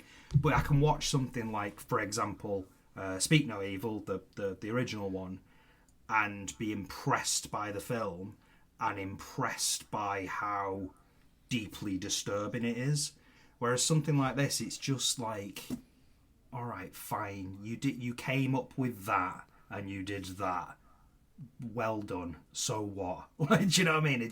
I feel like that would be my response to it, and that's why I've not wanted to watch it or watch them, because I just think I'm past that. And the thing is, sorry, Mark, the success of this, there's going to be another one, and it's like they're going to do even more than is in this. And I don't know why you'd go to Terrifier 3 and then go, yeah, I'll have more of that, please. Genuine. But like you say, 20 years ago, maybe I would have thought differently. But it doesn't sound fun, though. It doesn't. No, sound that's like the thing, man. It's thing. not. Yeah. It's really not. And Terrifier 2, I actually thought had some fun to it. The thing is, because I'm just gonna get Bex back in now. I'm going to talk about my feelings on the first two Terrifier movies. I get the feeling I'm going to be going to see Terrifier 3 on my own. No, I will go and see it to complete the trilogy, as it were. The thing is, what I'd associate Terrifier with, the first one, is, I mean, it's incredibly low budget. So it is very much a version of the low budget, straight to video 80s horror movies you got, where it's just, let's just do something fucking gory. And then there's not a lot of actual kind of story around it. Yeah, well, they both are homages to old school. Yeah, that's fine. But that's what I'm saying there. What a lot of people don't realise is, and fucking Roger Corman will admit this freely about the movies that he made, and then you've got Trauma and bits like that. Whereas I don't think the first one is Trauma. I think it more is the shitty slasher movies that were there. Is a lot of the time they were crap. And for all of the ones that we remember and we still rewatch, there is, for every one of those, there is 20 crap ones. Yeah. I would say I enjoyed Terrifier more than I enjoyed Terrifier 2. Partially because it's a lot shorter. But partially just because I just think that he's a little bit more... I think he's a little bit more of a dick in 1 than he is in 2.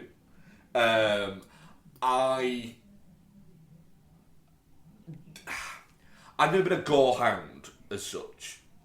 Personally, I'm not that bothered by it. I'm a little like, oh, that's a bit grim.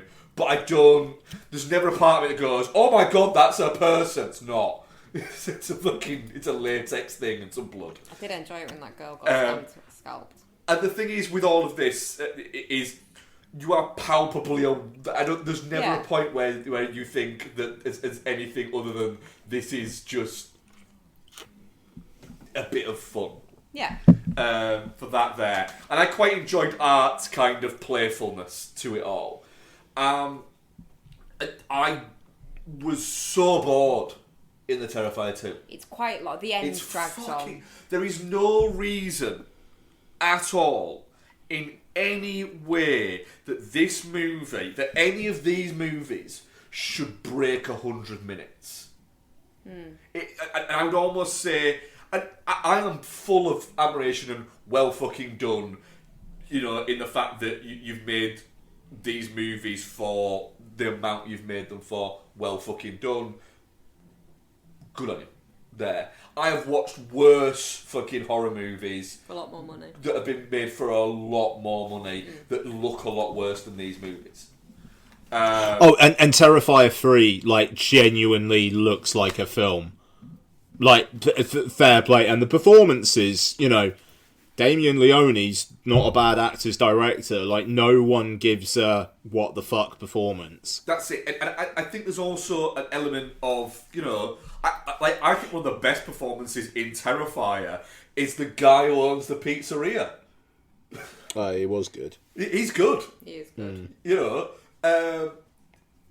It's. And often I think when people look I quite liked Mike as well. Mike felt really real. Mike felt real, yeah. I think Mike is let down with people will think that Mike is shit because the sound quality is not quite as good, so his delivery feels a little bit out there. I was quite bored during Terrifier 2. I don't think the kills are even that great. I don't know, one man gets his penis pulled off. Yeah. That's quite good.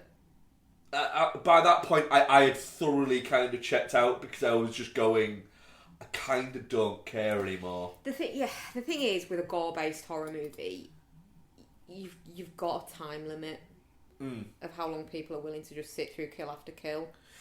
Especially when you try to cram in all this mythology and bits like this. That was a bit like, you've hinted at this loads.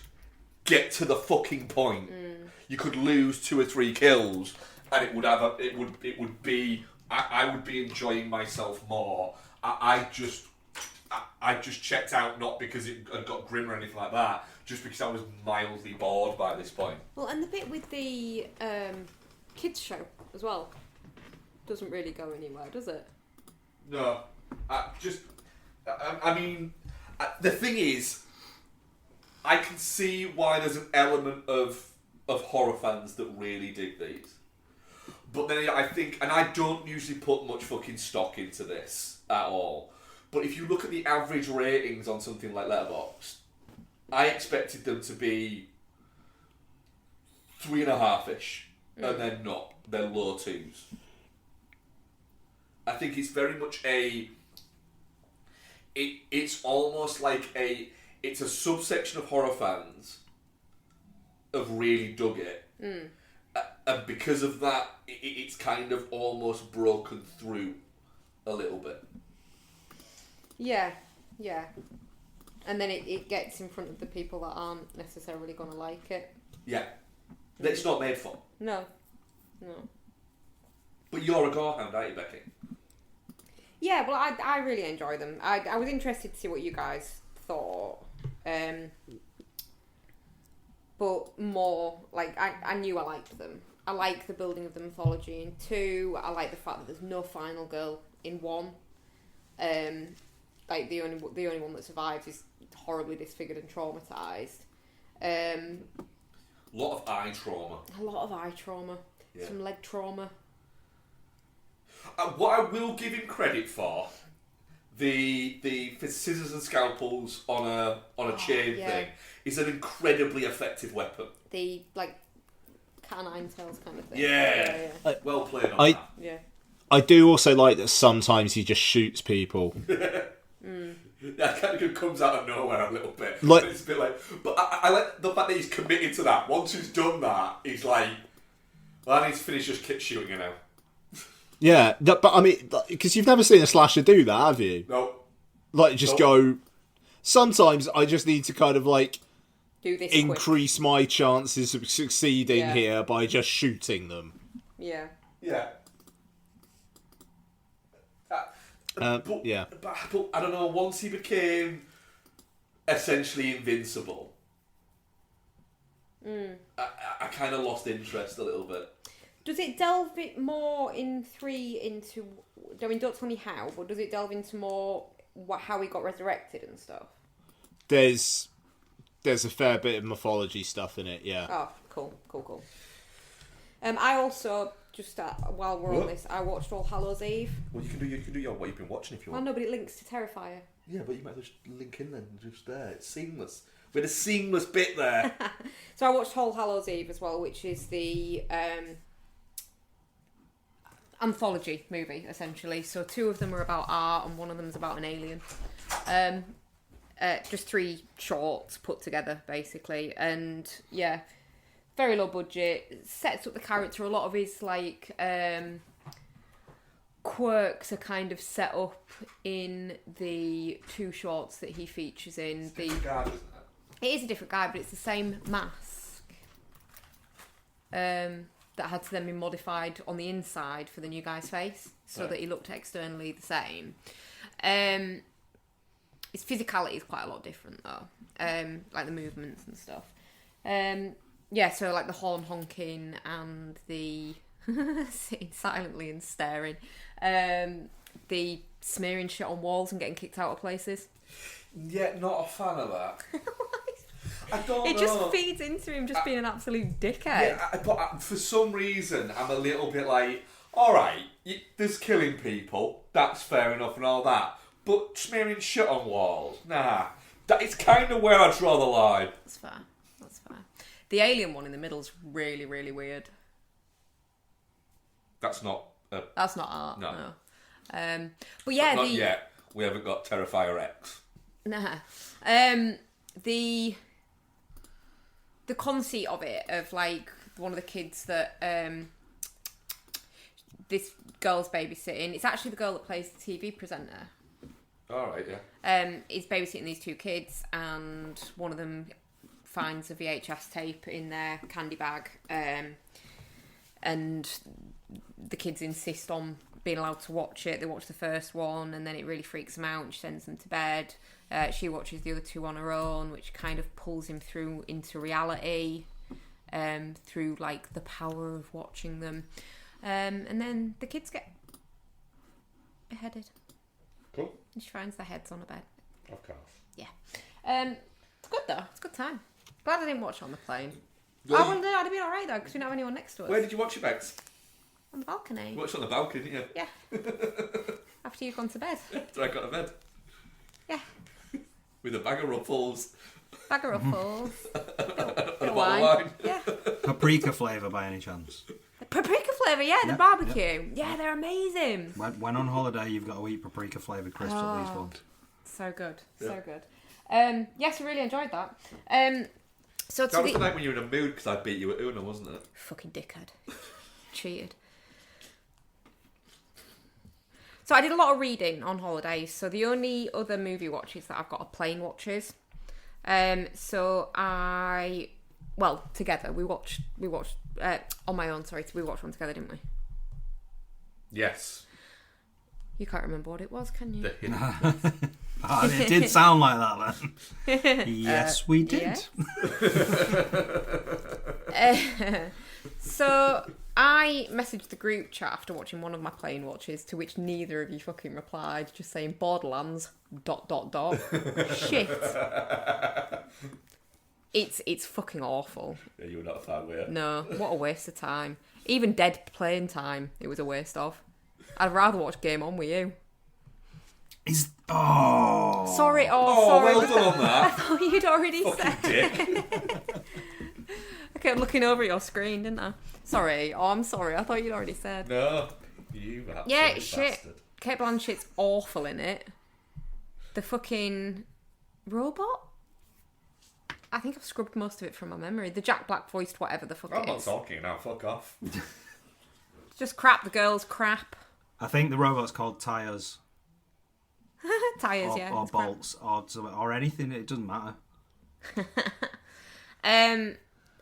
I really don't like Kevin Hart, and he was the best thing in this. So that's how much I enjoyed it. It's just shit. I watched a little video of somebody saying, somebody having a go about Kevin Hart and saying, isn't it weird that literally Kevin Hart fucking appeared? Like, he was nowhere, and all of a sudden he's fucking selling out Madison Square Garden, and he's not even fucking funny. Do you know the only funny thing that I've seen him do? What? Have you seen his wedding photos? No. Where he stood like really far in front of his wife so they look the same height? Yeah, I've seen that. Yeah. That's the only funny thing he'd ever done. I also watched The Map of Tiny Perfect Things. You did watch Map of Tiny Perfect Things, didn't you? Yes, I did, on your recommendation. Yeah. Yeah, really sweet, to be fair. Really, really, really enjoyed it. It did make me want to watch Palm Springs because it could have been a bit funnier. But I think it was quite nicely sentimental. Fluffy. Good plane watch. But not too fluffy that it was boring. And I, on the way back, watched The Babysitter and The Babysitter Killer Queen. Oh, you did, yeah. The Babysitter we've spoken about at length number of times on the podcast, so I won't go into that one too much. Apart from the fact that when she comes on screen, when he's getting bullied, it is a complete hot fucking damn moment in it. Yeah. It's ridiculous. Shouldn't be allowed. And yeah, she's just real sweet, and they've got a real cute dynamic, and then it's really sad. Like, and she wouldn't have hurt him if he hadn't stayed up. No. Oh, and there's some good fucking kills. And the fact that, what's his face? The guy from Upload. Is just... Mel. Yes. He's just constantly not wearing a shirt, and like the kid's just like, dude, why are you not wearing a shirt? I thought that And he's really rooting for the kid, but also trying to kill him. yeah. I wasn't watching, but I kept catching out the corner of my eye. When they come back in the second one, they're all in different outfits. Similar, but same version, same outfits. But he's still just in a pair of black jeans and no shirt. Yeah. Yeah, he is, yeah. Yeah. Yeah. Even Bella Thorne's not that annoying in this. I like Bella Thorne. Yeah, well, you like Bella Thorne because she gets her tits out and has an OnlyFans. She doesn't actually. What? She was famously on OnlyFans. Yeah, she doesn't say she still has it. Oh no, didn't she get booted off because she was doing something wrong? No. She made them change the terms and conditions.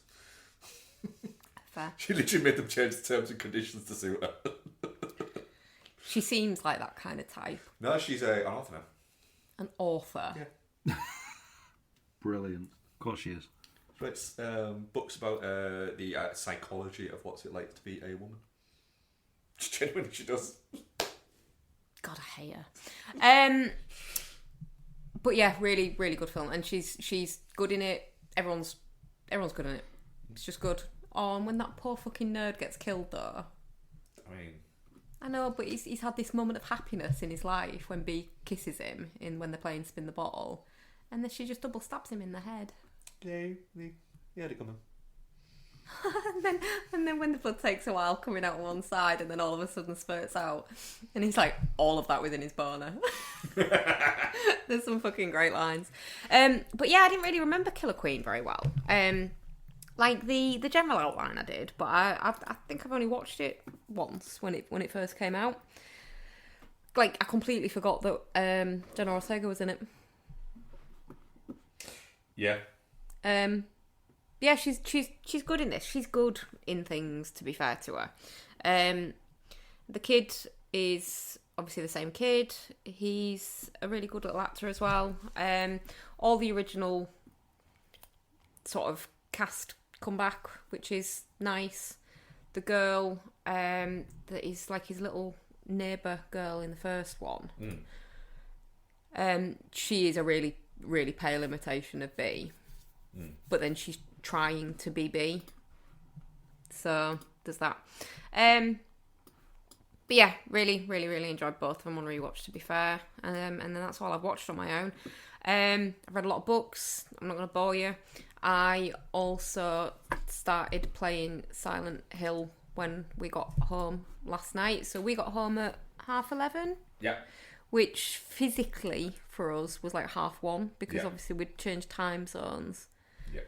I then stayed up until 4. I didn't realise. I was going to be real discreet then and see if you actually knew what time it was. So I then stayed up until 4, which was 6, in my actual body, and then went upstairs. Couldn't sleep because I kept seeing fucking double-legged mannequins whenever I closed my eyes. Got back up at 8:30 and started playing it again. Yep. It's fucking great. Double-legged mannequins, is that a reference? It's so one of the monsters is basically like 2 sets of what look like mannequin legs until they start moving and try to kill you, joined at like the waist, going in different directions, so like an X kind of shape, but of legs. Nice. And they make squelchy noises when you beat them with a board with nails in it. Tasty. Fair. As you would do. Well, yeah. Yep. But yeah, I'd kind of forgotten with number 2 how, because I've played number 3 a lot. Like a lot. A lot. But not number 2, not so much. And I'd forgotten how slow paced it actually is, and it feeds in so much to the atmosphere. Just like if you run around everywhere, you miss so many things because it's foggy. You run into so many more baddies. It's like it goes, oh, you're pressing the run button, are you? Here, have another one. And it just keeps throwing them at you. Like they respawn and just get you. Bad dickheads. And yeah, you're just wandering around the town getting clues that send you to different shops, which then you circle on your map. And then you bobble over there. You get attacked. You solve some puzzles. It's much more puzzly than combat-y.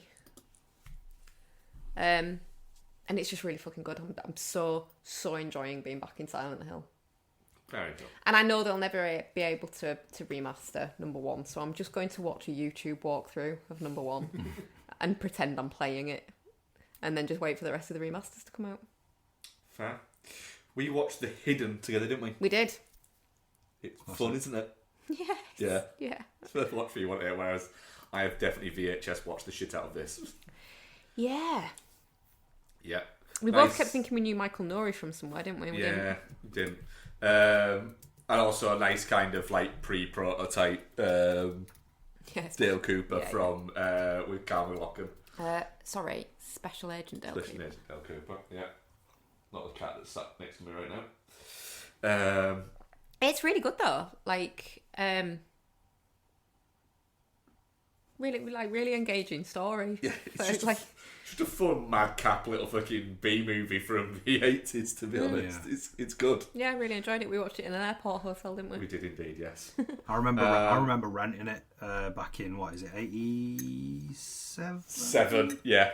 I remember renting it back in the day, and even at the time, it was one of those movies that people who saw it were quite sort of, oh, this is good, quite surprised by it. Yeah. I actually weirdly remember the first time I rented it, because I rented it at the same time as I rented Ambulance, the James Earl Jones and Eric Roberts movie. Nice. I rented them both at the same time because they were both on like the £1.50 rental thing. I also watched on the plane. So on the way out, You fucking love these films. I watched Summer School, the classic Carl Reiner movie with Mark Harmon in it, and also the wonderful Dean Cameron as Chainsaw within that. There, it's a fucking great fun movie. It's Summer School. It is a blast. Yeah, it's a good time. Yeah. But I can devour these movies like a motherfucker. Perfect plane watch. I watched something else before it though. It wasn't maybe a perfect plane watch. I decided to rewatch Batman and Robin. Because I thought not Batman and Robin, Batman Forever it was. Not why I'm saying that. Because I thought that. Well, do you know what? It's going to be sort of inoffensive to the people around me. And I've kind of been curious about a rewatch of it because I remember it being very sort of fun and Jim Carrey-y and bits like that. And it kind of is fun and Jim Carrey at points. And it is quite fun watching Jim Carrey every time he's on screen with Tommy Lee Jones, and he's just basically, you can tell he's trying to wind him up. But the problem is, it's really crap. Yeah. And it's really quite boring as well.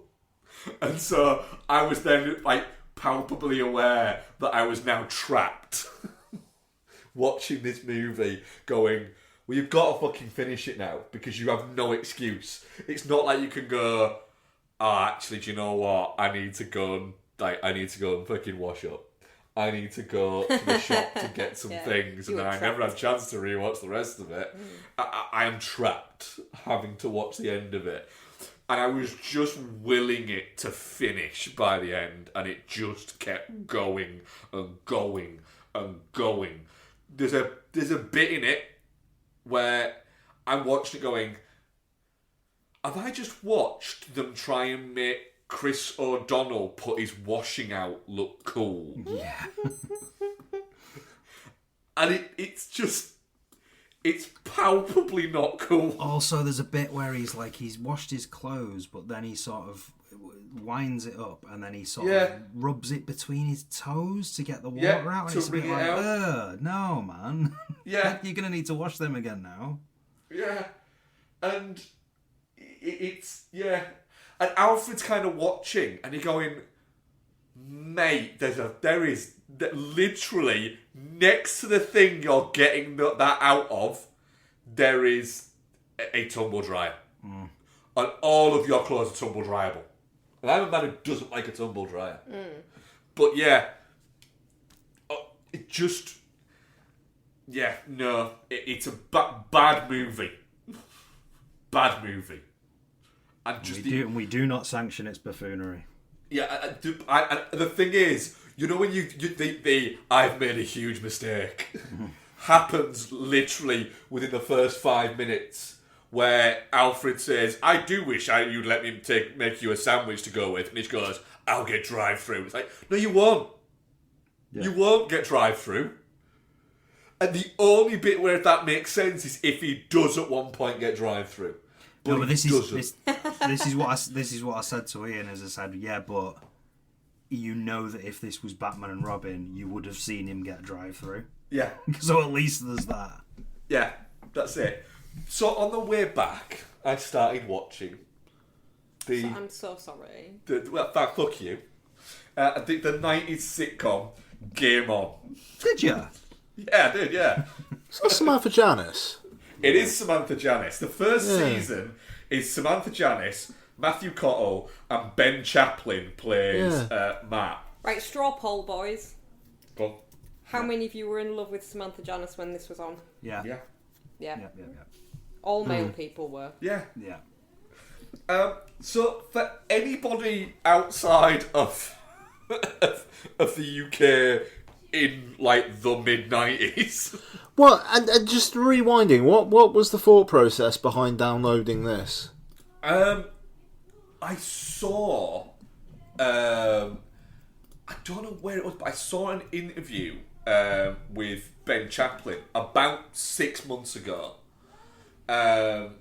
where he was talking about, and it was from a couple of years ago, and they were saying, you left Game On, which had been a really popular first season of British TV. You left it to go and make, a Terrence Malick film, and that must have been a big deal. And he goes, "No, I didn't.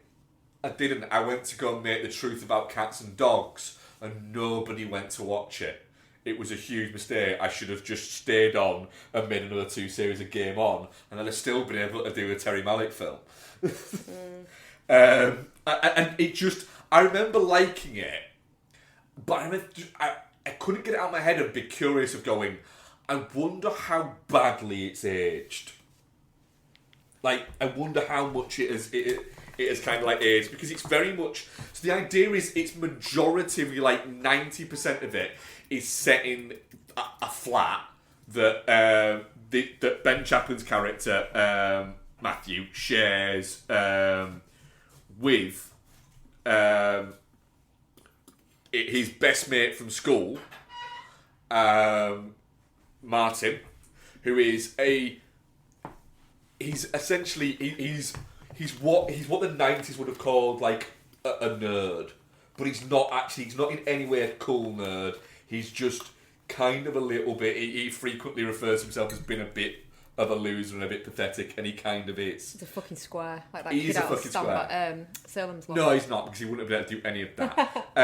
And then Mandy, who is the best friend of Martin's big sister.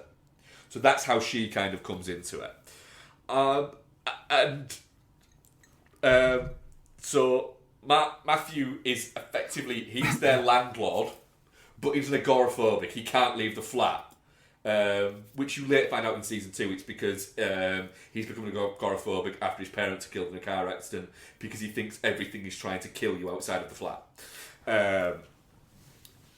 And so you've got that. And so the entirety of the first season, every episode is basically Mandy has a new boyfriend who she doesn't really like that much, but does end up shagging.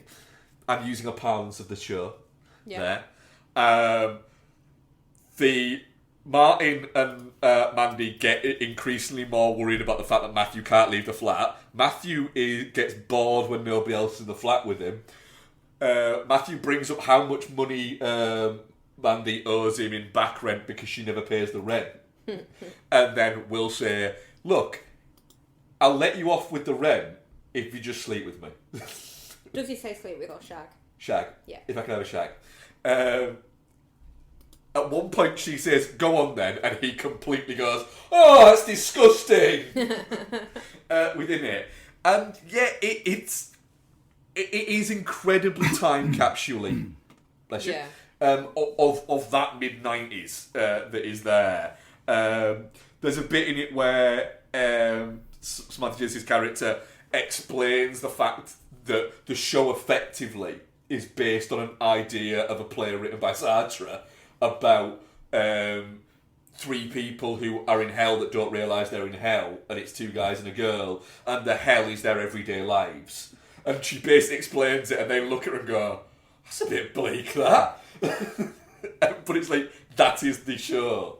I had way too much fun with this, rewatching it.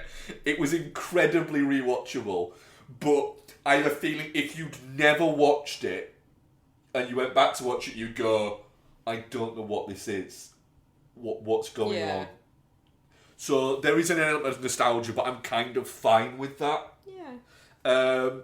I'm gonna rewatch the other two series, but what I'll say there is the other two series, it's a different guy, and he has a different aura and chemistry than Ben Chaplin has. Yeah. To him, so it's not quite the same kind of show I remember going through from there. But yeah, it's like I said, I had a fun time. That I do seem to remember that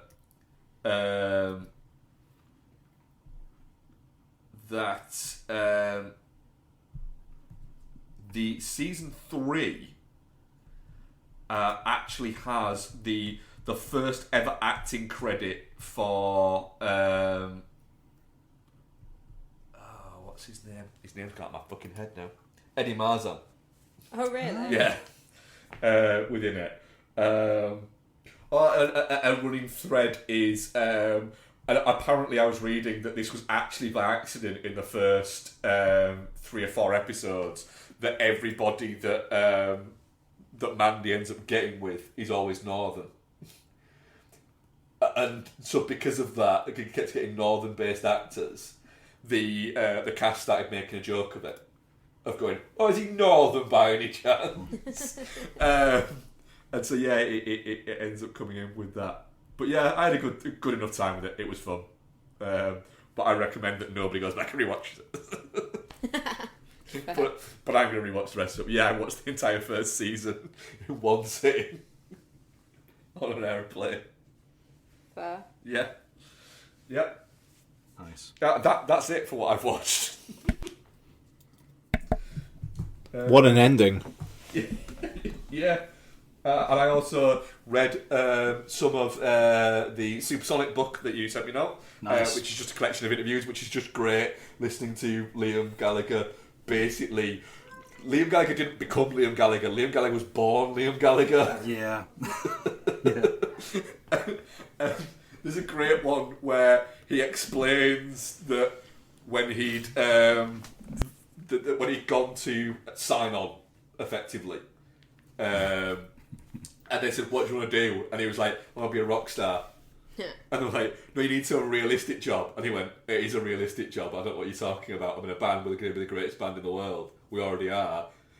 So rock star. She went, "No, you need to put something else." She went, "All right, a lumberjack. Get me a job cutting trees down." And it was because it's Manchester. There's no trees to cut down. He went, "Then you better find me a gig then, because I'm going to be a rock star or a lumberjack, and you can't make me a lumberjack." And it's just, he's explaining this to the person who's interviewing him. And the person goes, "So was there anything else you could do?" And he's like, "No. I could do your job. Your job seems well easy. I just won't want to." It's just, he's just like that from moment It's one. just such good value in everything that comes out of both of their mouths. It's just, and to have it captured in those pages as well, in a sort of like a, as part of a narrative as well as to where they were and where they got to. It's just such easy reading. Like, yeah. It's just great in the fact that there's one where someone asks him if it's all a joke and is it all a character, and he's just like, "No." And that's it. Like, I think it's just that's it. I think that's it. You just sort of, no, it isn't. Like, I genuinely do. I think, a lot of people put on an act and stuff. They're not putting on an act. They are just like that, and it's so funny. It's so funny. And one of the greatest put downs in the history of all time is Liam Gallagher on Wayne Rooney saying he looks like a balloon with a Weetabix crushed on top of his head.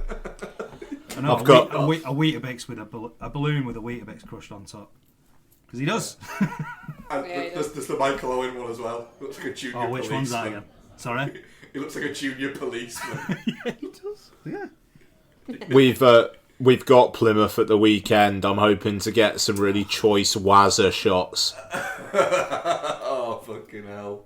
Yeah. Just, there is nothing more perfect than like, when you, like, literally, every man of our age should have a picture of Wayne Rooney now on their phone. So at any point when they look in the mirror or anything like that and go, fucking, I feel like I look like shit, they can just go, oh, but wait a minute, there's multi-millionaire former professional athlete Wayne Rooney.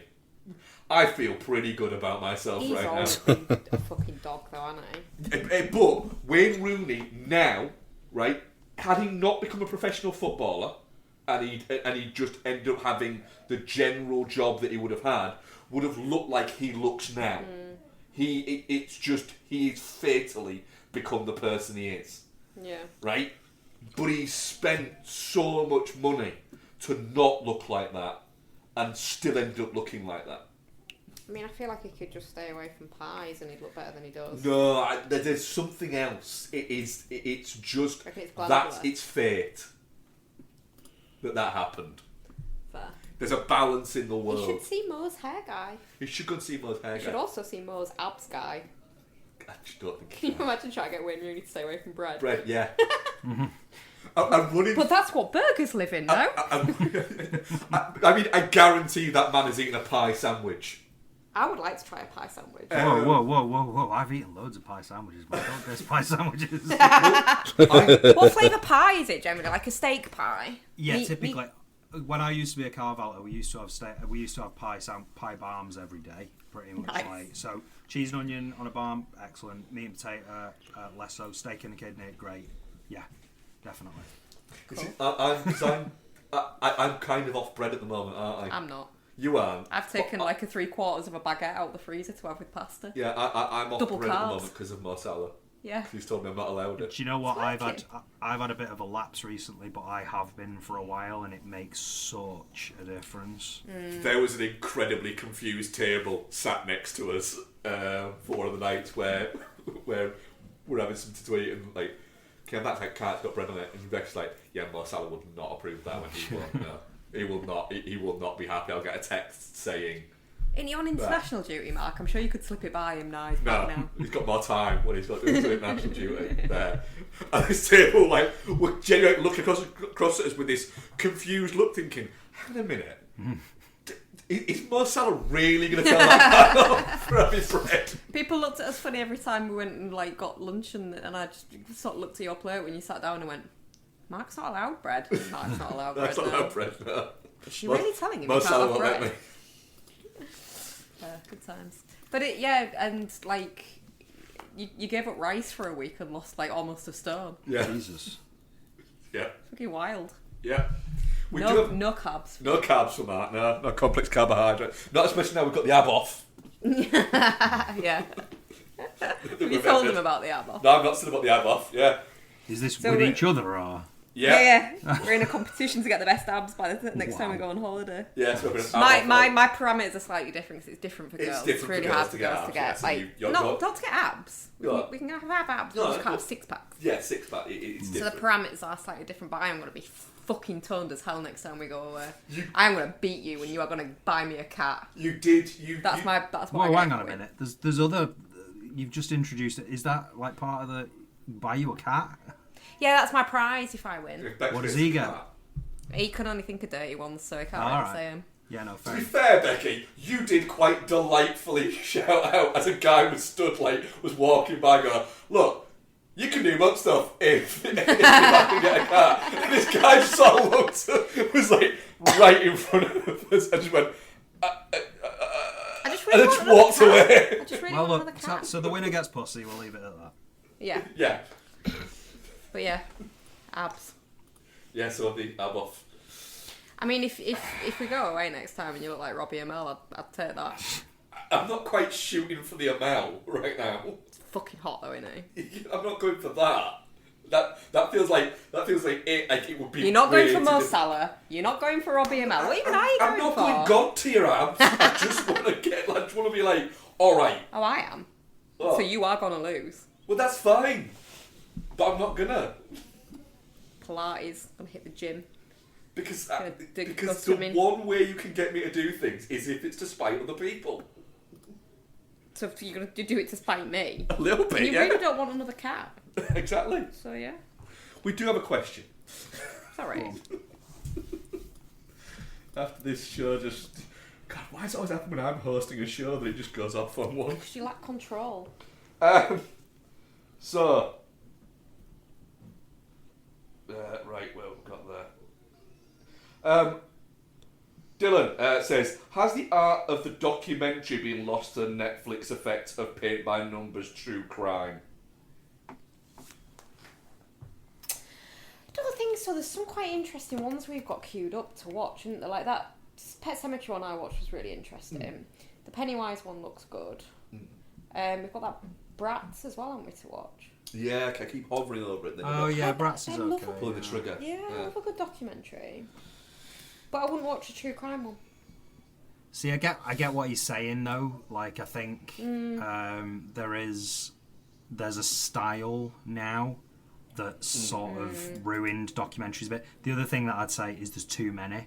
So there's too many documentaries and there's the wrong people making them. So like, I watch a lot of music documentaries, and I'm constantly disappointed as soon as I realise that, you know, none of the original music is going to be in there and stuff like that. And it's just because too many people are making documentaries about random bands.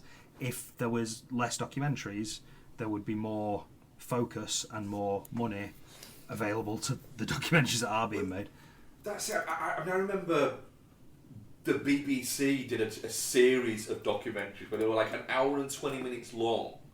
This was back when it was just 4, maybe even 5 channel power plant of classic albums, and I remember it was a series. So there was like Rumours was one of them, Electric Ladyland was one of them, Graceland was one of them, and then there was Battle of Hell, another one. Which ones was these? Sorry, the classic albums. BBC classic albums. Yes, one, excellent done like series. mid to late 90s. Yep. Remember them all. There was Iron Maiden as well, and and they got like they got all the people on them, and it just feels like now that wouldn't happen because all these people are like, oh no, I can't be asked to sit down. Yeah, and it's like, why? The thing is, I mean, Mick Fleetwood would, but I think the ones that are good now are ones that always would have been good. Yeah. Like the Dylan one that Scorsese did is magnificent. The Springsteen one that's coming out is supposed to be really good. But I just think that... But there's too many, the pool is too diluted, yeah. The problem is, and... Because... It's going to sound really fucking snippy. But the true crime ones, like, we have, like, meetings at work where they're there, and it seems to be for people who don't see the reality of it. The reality is what is being portrayed to you, and that is it. They won't look any further than that. It's like, something that didn't happen, or that's kind of from one angle of it. They're not informative documentaries, they're entertainment documentaries, I think is what I'm trying to say. There. And documentaries should be both entertaining and informative, but I think that these are more based around the entertainment, and if we can skew it a little bit to make it sound a little bit sexier, then we will do. I think the thing I find as well is typically how it works now is if there's a documentary about a thing that I'm already interested in, then I'll watch it and it'll be fine. Whereas how it used to be is you could watch a good documentary about a thing that you didn't necessarily care about and you'd love it just because it was a great documentary. I think we've lost that a little bit, and I think again that's just because of the oversaturation. I also think, you know, the Netflixification of things has killed certain. Like there's a documentary that came out a few years ago called Pepsi Where's My Jet? Yeah. It was about it was like, all right, this is about a big brand in I think the 80s doing a marketing campaign and it goes wrong and blah blah blah. Excellent. This is so in my wheelhouse. Let's go. And then I open it and it's a 6-part series. I'm like, no, that doesn't need to be a 6-part series. That needs to be a 90-minute film. So I remember one I watched that a few years back that I really enjoyed about the Cecil Hotel, where where people just died. It's a hotel in Los Angeles, and you might know of the case. There was a Canadian student that went missing, and there was like footage of her behaving really weirdly in the corridors, and then she was found in the water tank on the roof. Oh, yeah, shit. Yeah. But there's loads of weird shit that's gone there. Night Stalker Richard Ramirez like stayed there, used it as a base of operations and stuff like that, and it's just really fascinating. But it's because it's about the hotel, not one specific set of crimes or criminal. It's just weird shit. That was good. So again, there's good stuff out there. I watched one recently about what was it called? It was like a sort of. I watched a couple of. Let's see, it was a couple of like metal-based ones that I watched. Oh, Murder in the Front Row, which was just about sort of the thrash metal story and stuff like that. So I've watched quite a lot of good stuff recently, but it's certain things that those documentaries do now that are unnecessary. Like the big one for me is, don't show me a 2-minute synopsis of the documentary before the documentary starts. Just show me the documentary. I don't need I don't need a trailer for the documentary before I'm watching it. You've got me. I don't like a summary up front. But again, that's the Netflixification of things, I think. Yeah, those I tend to watch majority of the music based ones. Yeah, same there. Yeah. Cool. Ian. Yeah. What are we covering next week? Fuck are we covering next week? Smile 2. Smile 2 and Wild Robot, I believe. 2 Smile, 2 Furious. Yes, and Wild Robot is the plan. Yes. I'll be seeing the Wild Robot on Saturday. That's gonna break me, probably, I think. So yeah, we'll see. Cool. Right. Isn't it about like kids flying the nest? That's some real good shit. Yeah. That's what worries me. No, that's like the dream, isn't it, for you? The dream's achieved reality, hasn't it, for these two? It has indeed. Yeah, exactly. Yeah. I wonder if my countdown's still there to when she turned 18. Yep, it deletes after a certain amount of time, I think. There's a No, it's there. 844 days ago. The picture's changed. It's not the picture of the guy from Get Out anymore. No. There's already kind of like a weirdly large chance that the uni campus that Lots goes to is literally a 5-minute walk away from our house. If like she's like already very, very, I'd like to get into engineering or like STEM. And they've got a really good STEM facility at the uni campus that, Mark, you're staying here for Oasis next year. You will see how it's literally the end of our road is the entrance to the campus. Nice. So That's still next day in halls. Yeah, I think there's a lot of life experience that's gained from getting out from under your parents' roof. Yeah. But still safely being young enough to know that you can go back if you need to. Isabel can't take her bed down. Yeah, you are tomorrow. Tomorrow. Oh, we've given her 3 years. You met a boyfriend yet? Nope. Nope. Yeah. Okay. Yes, that's what we're covering next week. Thank you very much, Rebecca. Thanks, Mark. Thank you very much, Ian. Thank you very much, Decepticunt. And thank you very much, Decepticunts. And thank you very much, listeners. We shall speak to you next week. Goodbye. Madazatron. That was good.